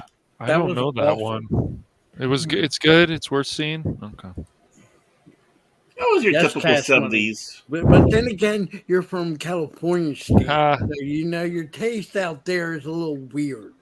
Not my taste, jackass. Unplug. Don't plug in. Unplug. I don't do that stuff, man. And and they don't hire unintelligent people. They're not looking for stupid people. Remember the video I showed you. Yeah, And now Baron After Dark Open Mic has turned into Pacific Forum for Pop Talk. Yes, it has. I mean, it's amazing. And I didn't even walk across into the other studio. I mean, this is just absolutely freaking amazing. Well, we plan to raid. This is the kind of shenanigans we have on my channel. We raid. Mike's like, let's raid Baron. I said, all right, let's raid him. So we did. Here we are. I love the raids. It keeps things interesting. Yes, they do. Well, Jack Fox put in a good one. I've never watched Hocus Pocus, Jet. Me neither. I never thought about watching that. Oh, Halloween. I saw it in the theater way back when. Did you like it? I thought it was okay. Yeah. Yeah. I mean, I wouldn't say it's the top quality, but I liked it. I had no problems with it. I was amused. I don't think they needed to make another one. Right. I like the original Texas Chainsaw Massacre. Really good choice. Yeah. There we go. Why is it that commercial out there where these kids are running across the open land? They see a car parked there, and they go, "No, it's a trap. Go into and they're waiting for them on the inside." Mm. That was a good commercial. Now I know I've heard a lot of stuff about. I know that the Halloween Town. I know that was really popular for a while. Didn't they do a couple of those? Yeah. Have that you was ever on seen Disney. that one with Johnny Depp when what is it? What is that movie called? Sleepy Hollow. Sleepy Hollow, that's a good one. I got it on That's DVD. a good one. He did 2 horror movies. That and the That one wasn't that bad, plays yeah. that slasher from I want to No. call him kind of like a Jack the Ripper. Well, What even was the that? original one. Scissorhands? No, Nightmare on Elm Street. Hmm. He was That that was- was his first big movie was Nightmare on Elm Street, the first original one. He Wow. did the movie that I'm thinking about. He did it with Carter, that the one that played in Harry Potter. I can't think of From Hell. Huh? Helena Bonham Carter. Yeah, they play. Yeah, From Hell was Most of the that. people, most of the people in the movie are from Harry Potter because it was filmed in the break. The only person on that set that wasn't in Harry Potter was Johnny Depp. What about the Williams brothers movies? Ooh, The Wayans brothers. Talking about Scary Movie and uh, sequels. hmm You got it. I never saw those. If you guys want to see something for Halloween, and I'm sure you'll love this too, Padawannabe, is you got to watch that. Oh my gosh, I can't. Sailor Moon, yes, Sailor Moon with the girls. That'll give you nightmares forever. Wait. I was gonna say, don't bring that up. Come on. I'm still having nightmares. If we're throwing random recommendations out, I'm going to also recommend an amazing The Next Generation episode called The Loss. No, What's your favorite episode, Paul? absolutely not. Get out of here, Paul. Oh, You want to know a frightening episode of Next Generation? Code of Honor. That's not even terrifying. That's just dumb. One that's Terrifyingly terrifying. dumb. One that's terrifying, but at the same time kind of unintentionally hilarious is Night Terrors. Because you have that really bad effect of Deanna Troi flying through what looks like the logo to Harry Potter and the Half-Blood Prince. I'll take you all back about 40 years. The Chamber of Horrors with Patrick O'Neill. Oh, That's yeah. The one where he's handcuffed to the brake wheel of a train, and in order to escape, he takes the axe and cuts his hand off, and starts all kind of mayhem after that. I haven't seen the thing in 3 decades at least, but that was a really good one. I remember. Wow. I think that was a TV movie, actually. And the thing about it is, if you could swing the axe that hard, you could have Mhm. swung it on the chain that between the links of the handcuff. yeah, but it was in the script. Yeah, I know. Reality has nothing to do with Hollywood script. Yep. Well, that You know it's a good and if horror you movie put and a good Patterson comedy? Huh? You know what's a good horror movie and a good comedy? Little Shop of Horrors. Oh, that's fantastic. Mhm. Why I go back further to Abbott and Costello, Meet Frankenstein's Monster. Yes. Or The Mummy. Or, Yeah. or any driver's ed video from pre There we go. 1980. Yeah, Blood flows right on the Yeah. highway. Blood on the Highway was the classic. Yeah, yep. Or if you want another good one, The Return of Topper. Yes. With I don't yeah, think they, that was I don't think terrible. they showed them driver's ed movies anymore, even in driver's ed. I know Oh, for sure I didn't see that. You know, they I sat us down and they had us watch it. This people try to cross the railroad, the tracks before the train, and logically they lose, and they show the after effect.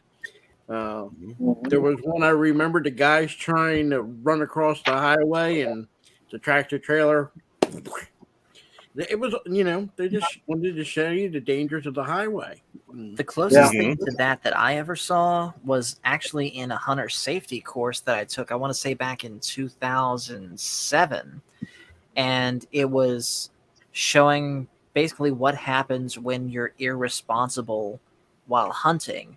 Like, say you're out there in the real thick woods and you hear something moving and you just shoot at the noise and you find out that it's a guy that you shot, not a deer.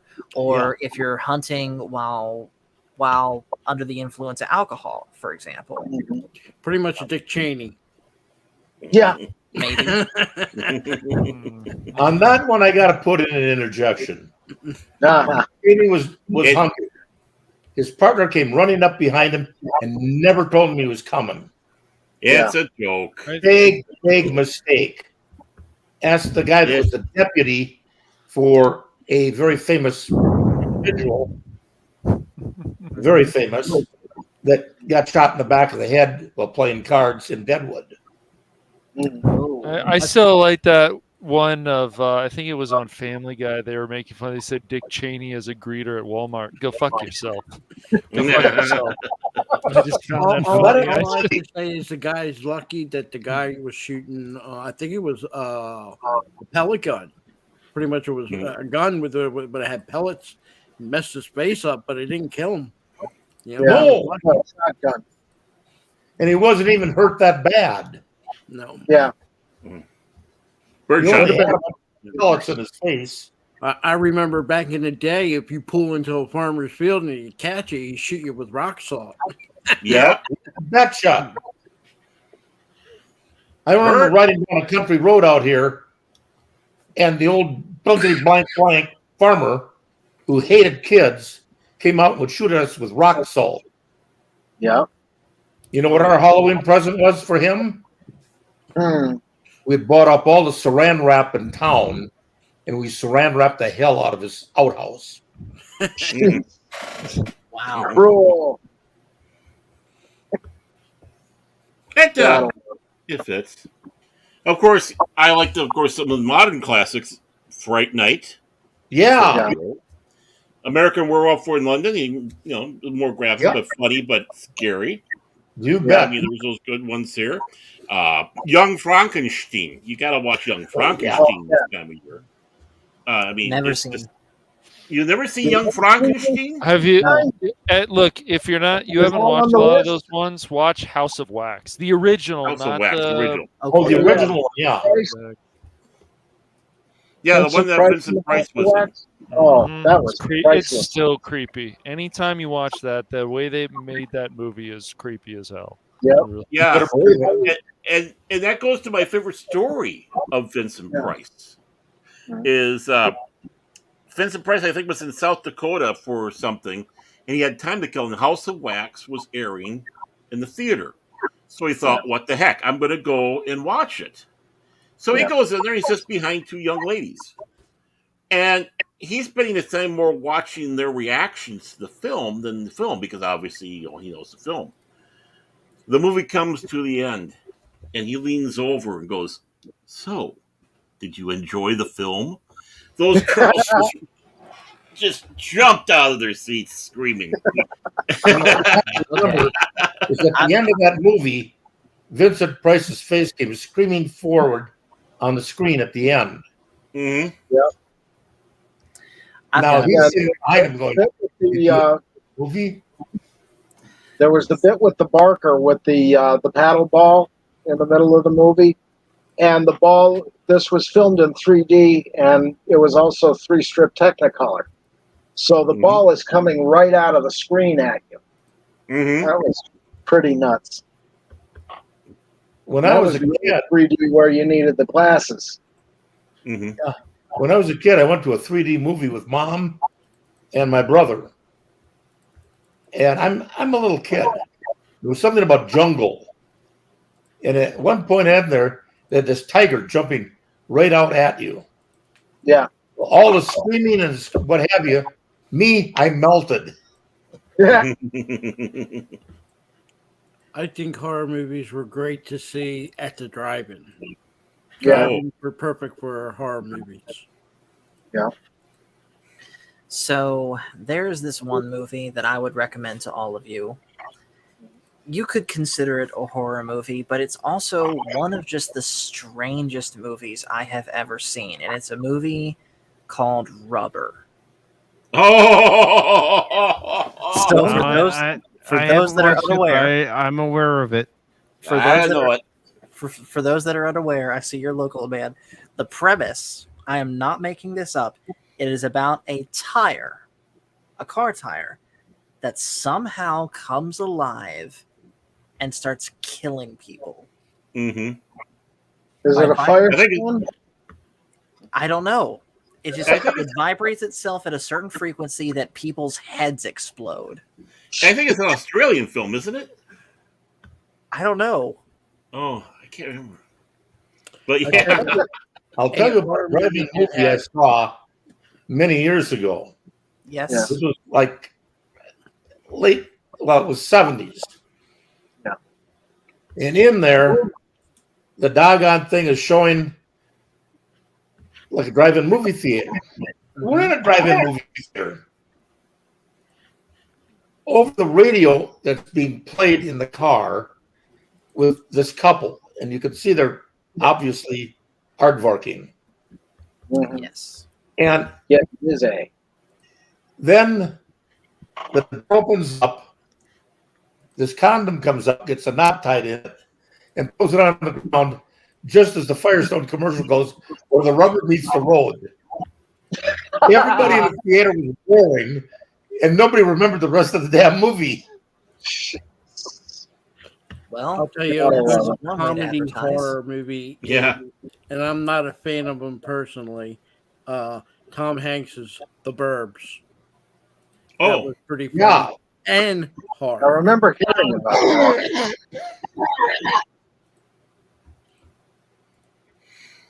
I love the old Hammer horror films. I mean, Peter Cook and Christopher Lee, and all of them in their glory in those films. It's just and the Conlon twins. As far as modern horror, the only one I really like is Jeepers Creepers. You can keep the Silent Hill, Saw, all that. But that dude from Jeepers Creepers, man, he creeps me out. I get nightmares of that guy. Yeah. Oh my. My favorite. You ever notice in Christopher Lee's movies, when all this stuff is happening, he's kind of just and it's underacting. Look him up historically. Yeah. That man during World War II did some really nasty stuff. Yeah. There's a story from the production of the Return of the King film where Peter Jackson is going over that scene where he dies, where Grima Wormtongue stabs him in the back and says, "You're going to scream when you get stabbed in the back." And he looks at them stone faced and said, "No, you don't scream when you get stabbed in the back. It's more of an exhale." Yeah. Told him I what like it sounds his like. impression when he finds out that most of his scenes in Return of the King was cut, and he's at the premiere, and and at the end of the premiere, he has his look on his face like he's totally ticked. No one told him that most of his scenes got cut, and Peter Jackson's like, "You're in the extended version of the movie." But even still, someone could have told him your scene's been cut, because he's only in there for like 3 minutes in theatric release. At least in the extended version, he's in there for a good 10 minutes. It makes more sense. And that's aside from the fact that they cut the Scouring of the Shire from the story completely. That's because Jackson didn't like it. He didn't like that part of the book. Why? Jason had real blood on his hands from combat. He just didn't like what? We're just talking about the Scouring of the Shire, and he didn't like that at all. Peter Jackson. That's why I was sticking up. But yeah, that's where he should have been. Sharky should have been with Wormtongue, and gotten and then of course he should have looked towards the west as the form rises up, kind of the ghost, kind of like that mournful look. Yeah, that spirit goes up, and it looks like it's going towards the west to Valinor, but then it gets like a strong wind, and it pushes him away. Right, because he's rejected from Valinor because not that he failed his mission, he corrupted his mission. So, yeah, it was worse than failing the mission. He I mean, all the wizards except for Gandalf were the ones that succeeded in the mission. Radagast went native, and the blue. We don't know what happened to the blue wizards, and of course, Saruman became evil. But a lot of James Bond was based off of him because he was related to Ian Fleming. Yeah. Yes, he was. And he knew some of the stuff that he did in the war, World War II, or the whatever it is they called the. They were cousins. Yeah, but the British. He is also a member of the Holy Roman Empire. He's got royalty blood into him. Yeah, he's a direct descendant of Charlemagne. Yep. Yeah. And he was one of the people to see the very last execution by guillotine ever held in France. Yes. I mean, what a man! What a man that was. He very well could have been a monarch himself because he had I forget which country. I want to say Switzerland or Sweden, one of the two. He had the blessing of that country's king to marry the king's daughter. Yeah, I think that was Sweden. I think it was Sweden. Some European country. I mean, it's so sad he's gone. It'd be great to sit down and talk to him. Just say off the record, off the record. Nothing's going to be repeated. Yeah. There was one interview I remember he gave toward the end of his life because, being that he was in the Hammer horror movies, people had sort of built him up as this person that kind of dabbled into the occult because that's the kind of characters he was playing. And he was like, no, absolutely not. I will not delve into that stuff because, quote, you lose both your body and your soul. Yeah. I think he was quoted as saying he only had four books like that in his collections, and then when he was done reading with them, it was like, no. Oh. Interesting. Hey, he was the only person on the set of either the trilogy or the sequel trilogy that actually met J.R.R. Tolkien. Yes. Yep. In fact, if I'm not mistaken, J.R.R. Tolkien himself wanted Christopher Lee to be Gandalf. Yes. Yep. You're absolutely right. That would have been awesome. Of course, I would like to hear the interview with Christopher Lee that never happened, where he uses his real voice, and he sounds a whole lot like this. Sure. I have a conspiracy theory. Christopher Lee is still alive. He's just now being the voice of Harvey Cthulhu. There we go. Press the button. Press the button. Oh God. We've lost so many great ones. Peter Cushing, him, Princeton Price. I mean, these were such greats out there. Yeah. How many people? Even a few weeks ago, we lost Angela Lansbury. Yeah. Did she actually finally pass away? Jeez. Oh, yeah. A couple weeks ago. There was another one. We actually reported on this last night on Tuesday Night Trek. Let me just see if I can find. That's right. It was Bass. It was Jules Bass. Jules Bass from Rankin Bass. Of Rankin Bass, yes. And of course, he kind of in the theme. He did that Monster Mash movie with the animation. Yeah, using a lot of the original voices. They did the Monster Mash. It was a graveyard smash. Yes, and Phil Stiller was in it. But just again, Rudolph the Red-Nosed Reindeer, Santa Claus is Coming to Town, Frosty, The Year Without a Santa Claus, all those classics that he and Rankin did together that are still relevant today. Don't forget Burl Ives.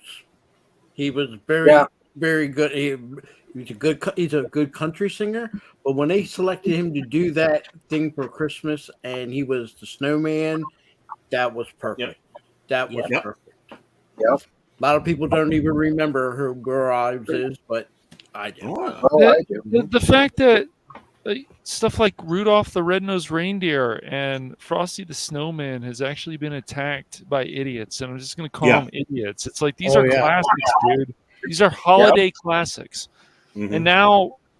And now it's like people want to start Christmas around late October. It's insane. Yeah. In retail, it starts in late August. Yeah. To be fair, I start listening to Christmas music the day after my birthday, which is my birthday is November 1st, so I start listening on November 2nd. But that's just me. How dare you? La la la la la la la. Put Paul in a box, ship him somewhere. At least wait until the day after Thanksgiving. Yeah, come on, man. There is the biggest gripe I've got. I want to be a dentist. You mean the day after Does Thanksgiving? anybody in the world know how this all started about? A guy by the name of Macy's, to increase sales at his store right after Thanksgiving. They had the Thanksgiving parade with Santa to bring in the Santa Claus season. Yeah. It was for increasing profits. Prior to that, it was 2 weeks before Christmas that everything started with Santa. Believe me, I know this stuff. Guess what I am? I've studied inside out, upside down. Yeah. And you ain't the Easter Bunny. Yeah. Not the Tooth Fairy either. I don't do the Easter Bunny. A lot of people in Europe, depending on where you're from, Southern Europe doesn't celebrate Christmas until January the 7th. Yeah, that's Orthodox. Orthodox and the southern part of Europe, which is mostly Catholic, we celebrate Little Christmas on January 7th. Christ's Mass, what everybody calls Christmas, on the 25th. We celebrate on December 25th. But yeah, a lot of people in Italy, we don't have Santa Claus delivering toys. No. It's a witch. Yeah. It's a witch that delivers the toys. Not Santa Claus. And what about in Holland? Holland. Good old Holland. Yep. Where the good kids get toys in their shoe for candy. And Santa's assistant delivers switches for the bad kids. Because they're all electricians. Not a lump of coal. No coal. Well, you know the story of why originally, we have the socks now, but originally why St. Nicholas was put in the shoe. Because the original St. Nicholas, what he was doing was, there was a lady who died, and her husband and 2 daughters were left. And the 2 daughters couldn't get married because you had to pay a dowry, and the father was too poor. So what St. Nicholas did, he took the Sunday, what you give at church, he took the money and threw it into the shoe. Father wakes up the next day, there's the money for the marriage. Next day, when the next time for the other daughter was time to get married, he did the same thing. And a nun called him and asked him why he was doing that. you're taking money from the poor. He goes, I'm taking money to do a good deed. The only thing you're wrong on that is there were 3 daughters. Yeah. I And he didn't threw know that was 3 true. of them. I heard my story. I heard 2. For each one of them. And that is why to this day, if you ever took a look at the pine shop, they have 3 bags hanging outside their store. Mm-hmm. And 3 little ornament balls too. You got it. Yeah.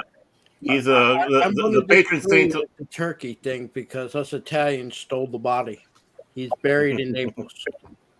We went in there. We didn't want the Turks to destroy the crypt. His grave still might be there, but his actual body is in Naples. Yeah, well, they're not saying that they're not seeing the body, but they said they found the grave found beneath the church in Turkey. An extremely important discovery, experts say. We were actually going to talk about this on the Kings, but we got sidetracked. That's good. Nothing new. Bill McCracken does this all the time. Mm-hmm. I know. Just go look at our I can vouch for that. I can vouch for that. And they say the archaeologists say they've uncovered the exact spot where the figure who inspired Santa Claus is buried. The grave of the figure who inspired Santa Claus has been unearthed in Turkey. Archaeologists recently discovered the original burial place of Saint Nikolai underneath a church in the country's Anala. Probably Anatolia. Thank you. Province, according to Live Science and local outlet DHA. The church, named after St. Nicholas, was built around 7th to 8th century atop of another church where the saint is believed to have served as bishop before it flooded in the Middle Ages, reported DHA.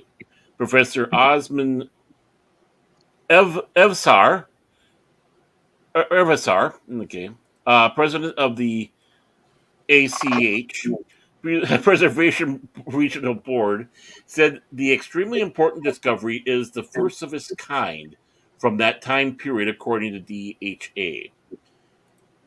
We see these churches as a discovery that will increase the archaeological history and iconographic value a bit more. So, I mean, at least they found it. They didn't say they found the body. Researchers have long believed that St. Nick's body was initially buried somewhere within the province during the 4th century AD. His remains were stolen and moved around 700. They're going after you, Phil. What can I say? We didn't only steal his body. We went, but we were scared. The Muslims don't like idolizing, like us Catholics. So we went after St. Nicholas, and we stole the body of St. Mark's from Alexandria because we didn't know if they were going to destroy him or not. It's just a thing. Do you want to preserve it? You had to go in there and take it. So, But part of that too is the fact that his body is missing has led to a lot of the fact of the stories about Santa is still out there. He's with the reindeer. Papa Noel somewhere in Greenland, knowing that Cash Money's been naughty and he's not getting anything but coal. No, we're not supposed to be talking about Saint Nikolai right now. It's supposed to be the Great Pumpkin and ghosts and goblins and ghouls. Oh my! Honestly, anymore for me, Halloween just means one thing, and that's Michael and Morgan's birthday. Yeah, if you ever have, we're born on Halloween. Yes. If you ever have kids, it'll change again. But I always let this is my time. This is my trifecta of holidays: Halloween, Thanksgiving, and Christmas. And I want them in order. I don't want one encroaching on the other. So I think the Canadians have it better because they have their Thanksgiving in October. I wish we did because you get all this, have your Thanksgiving, and then you only have 4 weeks, and you put on a lot of weight, and then you have a pretty big Christmas dinner, and then what comes after a week later is New Year's, and traditionally a lot of people on New Year's, you cook a nice big ham or a roast, and then again, like I said, for me, we have Little Christmas, I'm only 145 pounds, but during that time, I gained about 10, 15 pounds, I wish it was spread out a little bit more. Phil, I weighed that much in the 5th grade. Yeah. Yes, let me tell you the story of my people. Well, guys, I think I'm going to go ahead and get off of here for the night. And I'm actually going to call it tonight as well because it has been about almost 2.5 hours. It was fun. Yes. Before you go, Paul, is there anything you want to plug? Well, on tomorrow, we're going to be watching some more Godzilla and reviewing it. Sunday, we're going to be talking about Andor episodes 7 and 8, as well as allegedly Beetlejuice, which I have never seen before. Oh, Really? Beetlejuice Really? is Oh, very you're gonna good. love it, Yeah. brother.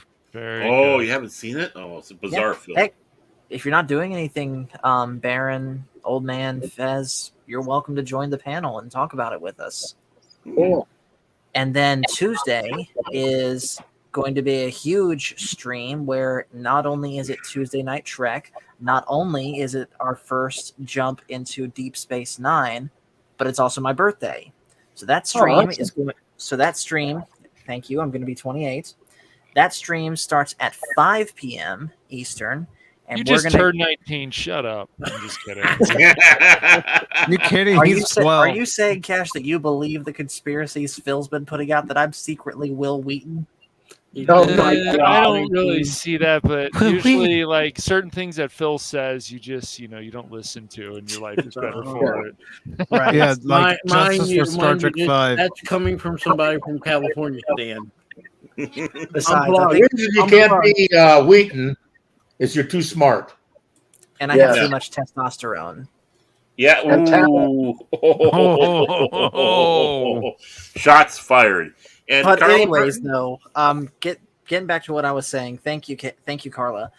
That stream is going to start at 5, and it's going to start as your normal Tuesday Night Trek. But then once we're done with the Trek stuff, I'd say on average, it takes us about 2 hours or so to get through an average Tuesday Night Trek. After that, the stream's going to keep going, and I'll open it up to anyone who wants to join. And from there, who knows what's going to happen. Cool. I'll be there if my coupons are there. I love the true statement. That's this Tuesday, Paul? This Tuesday, yes. In fact, I'm actually going to be making the StreamYard for it a few days in advance. That way the link is out to be spread around. Awesome. Thank you. That'd be great. Yes. And thank you, Awesome. Padawannabe, for saying that I'm too cool to be mistaken for Will Wheaton. Yep. Yes. Yeah, all You, right. Amen. you hear that, Phil? I don't pay attention to Paddle on Wannabe. If that's your guy you're falling back on support, then I feel sorry for you. All right. Hey, that's not nice, Phil. Come on, dude. That's nice. When is Phil nice? That's all I have to say. That's true. How do you Phil see can me, be a how do you douche, see you man. defend me when Paddle on Wannabe pretty much said arms and legs and thrown into a Grand Canyon? Because it's true. You I wanna weren't. hear from You were you. made in the Silence lab. for the peanut But at the gallery. same You were time, made in the though, lab, man. Silence, You're not. Cash. You're not even at the same real. time, though, Phil, They you were the programmed one that you. kept triggering me with those winged Hussars things and bullying me to get into Sabaton against my will. You liked it, didn't you?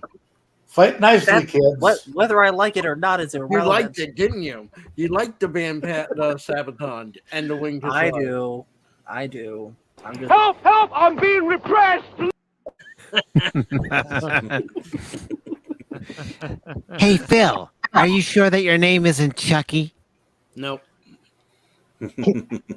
Nope. Well, Paul, if I don't make the stream, happy birthday, man. Thank you.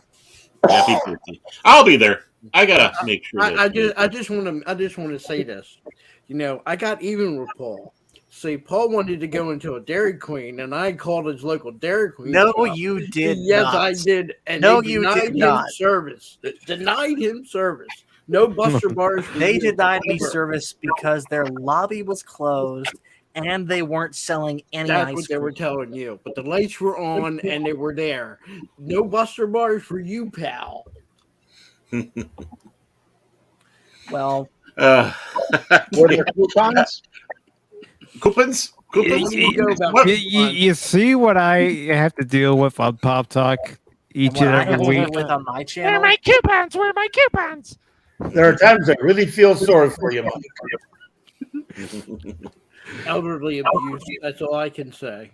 Elderly abuse. How about Barrett abuse, Mike abuse, Paul abuse, Cash abuse, Yes. John abuse, old man abuse? Or how about or here's the biggest. Wait a minute. Where did I come in on this being abusive?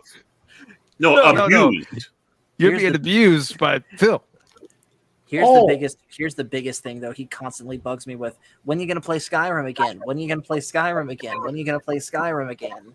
You kidding? He keeps saying to me, Mike, when are you gonna start playing Skyrim? I've managed to duck that, thank God. Same here. I would tell Cash Money to, but then again, his governor says unplug, so you never win. He You keep unplugged. saying that, and you think I listen to this man. That's the funny It ain't part. a choice you got to listen to. I don't He said unplug, I don't and listen you to it. I unplug don't you. care. I don't have electric Unplug. cars, so it doesn't matter. Barrett, I do apologize for this turning into a pop talk stream. It keeps things lively. Oh. But we're gonna keep on moving on here. Mike, do you have anything you have to especially want to say? Well, I will be Take care, doing my Master Paul. review of episode 4 of season 2 of Chucky tomorrow night at 8 p.m. Eastern. And I will also continue with my Transformers Devastation gameplay Redux. And then, of course, Sunday's edition of Pop Talk at 11 a.m. Eastern. And, of course, I'll be with you, Paul and Cash, Tuesday on Tuesday Night Trek. Yeah, I'll be there. Will you see here how enthusiastic Cash Money is? I'll be there. He's like, great, I have to be there with Mike. Great. Yeah. Yeah, I'll be I'm sure there. that's how I feel. Yeah, and then he's like, quiet. Remember, I don't have that video here. And of course, I know John Fez Dr. is goes and hangs out with King Dolphin TVs on Saturdays. Yep, and this Saturday is the big 100th episode, Raymond's birthday. It's going to be a huge celebration. Come on and join us. That'll be starting at 4 p.m. Eastern 4 p.m. time. Normal time. Mm-hmm. Yeah, he's been having them on Sundays, and that's when I do the Kings. So I haven't been able to really join in on those, unfortunately. But Well, they only have to do the one on the Sundays, but this will be Saturday, 4 p.m. Come on along, and it's going to be an event.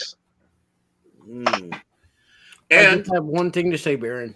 Just give me 1 minute. Just one thing? For Cash Money. You see John? Do you see what's hanging on his wall? He's a Freemason. He knows who killed John F. Kennedy. Do not mess with John. Behave yourself, Cash. What are you, 32nd degree? Nope. I am 3rd degree Master Mason, past Excellent High Priest in Tamaqua Royal Arch Chapter, past Eminent Commander of Hacker Commandery number 23 and Jim Thorpe of Knights Templars. And in about 2-3 months, I will be the Worshipful Master of my Blue Lodge. Wow. And just to let you know, what that all means is his big job is to make sure Steve Gutenberg's a star. Yes. You've been falling down on that. That and keeping my eye on the Holy Grail, which is buried under track 2 at the Secaucus Amtrak station. Oh, that's where that was. You guys moved it. When I first got into Knight Templars, there was a story the Grand Master at the time told us. And he said, yeah, I told this guy that the Holy Grail was buried under track 2 at Secaucus Railroad Station, and 3 days later they arrested the guy for pulling the ballast away from the rails. People would buy anything. Oh, Steve Gutenberg. Yeah. And of course, he I was want to say, way back when. Yeah, he was. He I love gullible people. Yeah. Was the police academy and 3 Men and a Baby, and he had a good run there. Cocoon, but Cocoon, that was a great one. Mm-hmm. So, and of course the airplane movies, was he in those? No, that was that was he plays Starman on TV. I got a mail block on his name. Damn, I hate that. Hayes. Robert Hayes. Yeah, Robert Hayes. Yeah. Robert Hayes. Okay. Yeah. Mm-hmm. I got a I just got to wind this up a little bit. I'll be fine. Well, I need a little bit of help. Now, of course, as you know, Baron After Dark, every Wednesday, 8 o'clock Central Standard Time. Of course, I'll be joining John Fez DR Rendell over there on Sunday. I hope to catch Keith and Mike earlier in the day for the Saturday Morning Fun Time show. Tuesday Night Trek, of course, with Paul. The Kings are back, baby. 5 o'clock Central Standard Time at 24/7 Fusion Media. And, of course, go to Texas, Salty Texas Sea on Halloween and for the experience of the War of the Worlds. So I hope everyone will be able to take that. And Pat Wannabe, he's got his awesome father's. Mm-hmm. So I thank everybody for joining us here today. I hope you all had fun. We didn't get much into Halloween talk. That's but, you know, maybe we'll do Halloween talk. Yeah, we'll probably do that on Christmas. Oh, Baron, I guess I didn't. Yes, I'm going to on the Phantom Hooligans, which is channel that still exists. I'm gonna be working on Saints Row 2 soon. I just want to make sure I got enough energy, enough caffeine in me because I'm gonna be doing a long stream. So you sound so mellow about that too. I know. He does, doesn't he? Enthusiastic. Yeah. Well, again, thank you all, and I hope everybody has a fantastic night and a fantastic Halloween. As Happy Halloween. Happy Halloween. So, with that, Excuse me while I whip this out.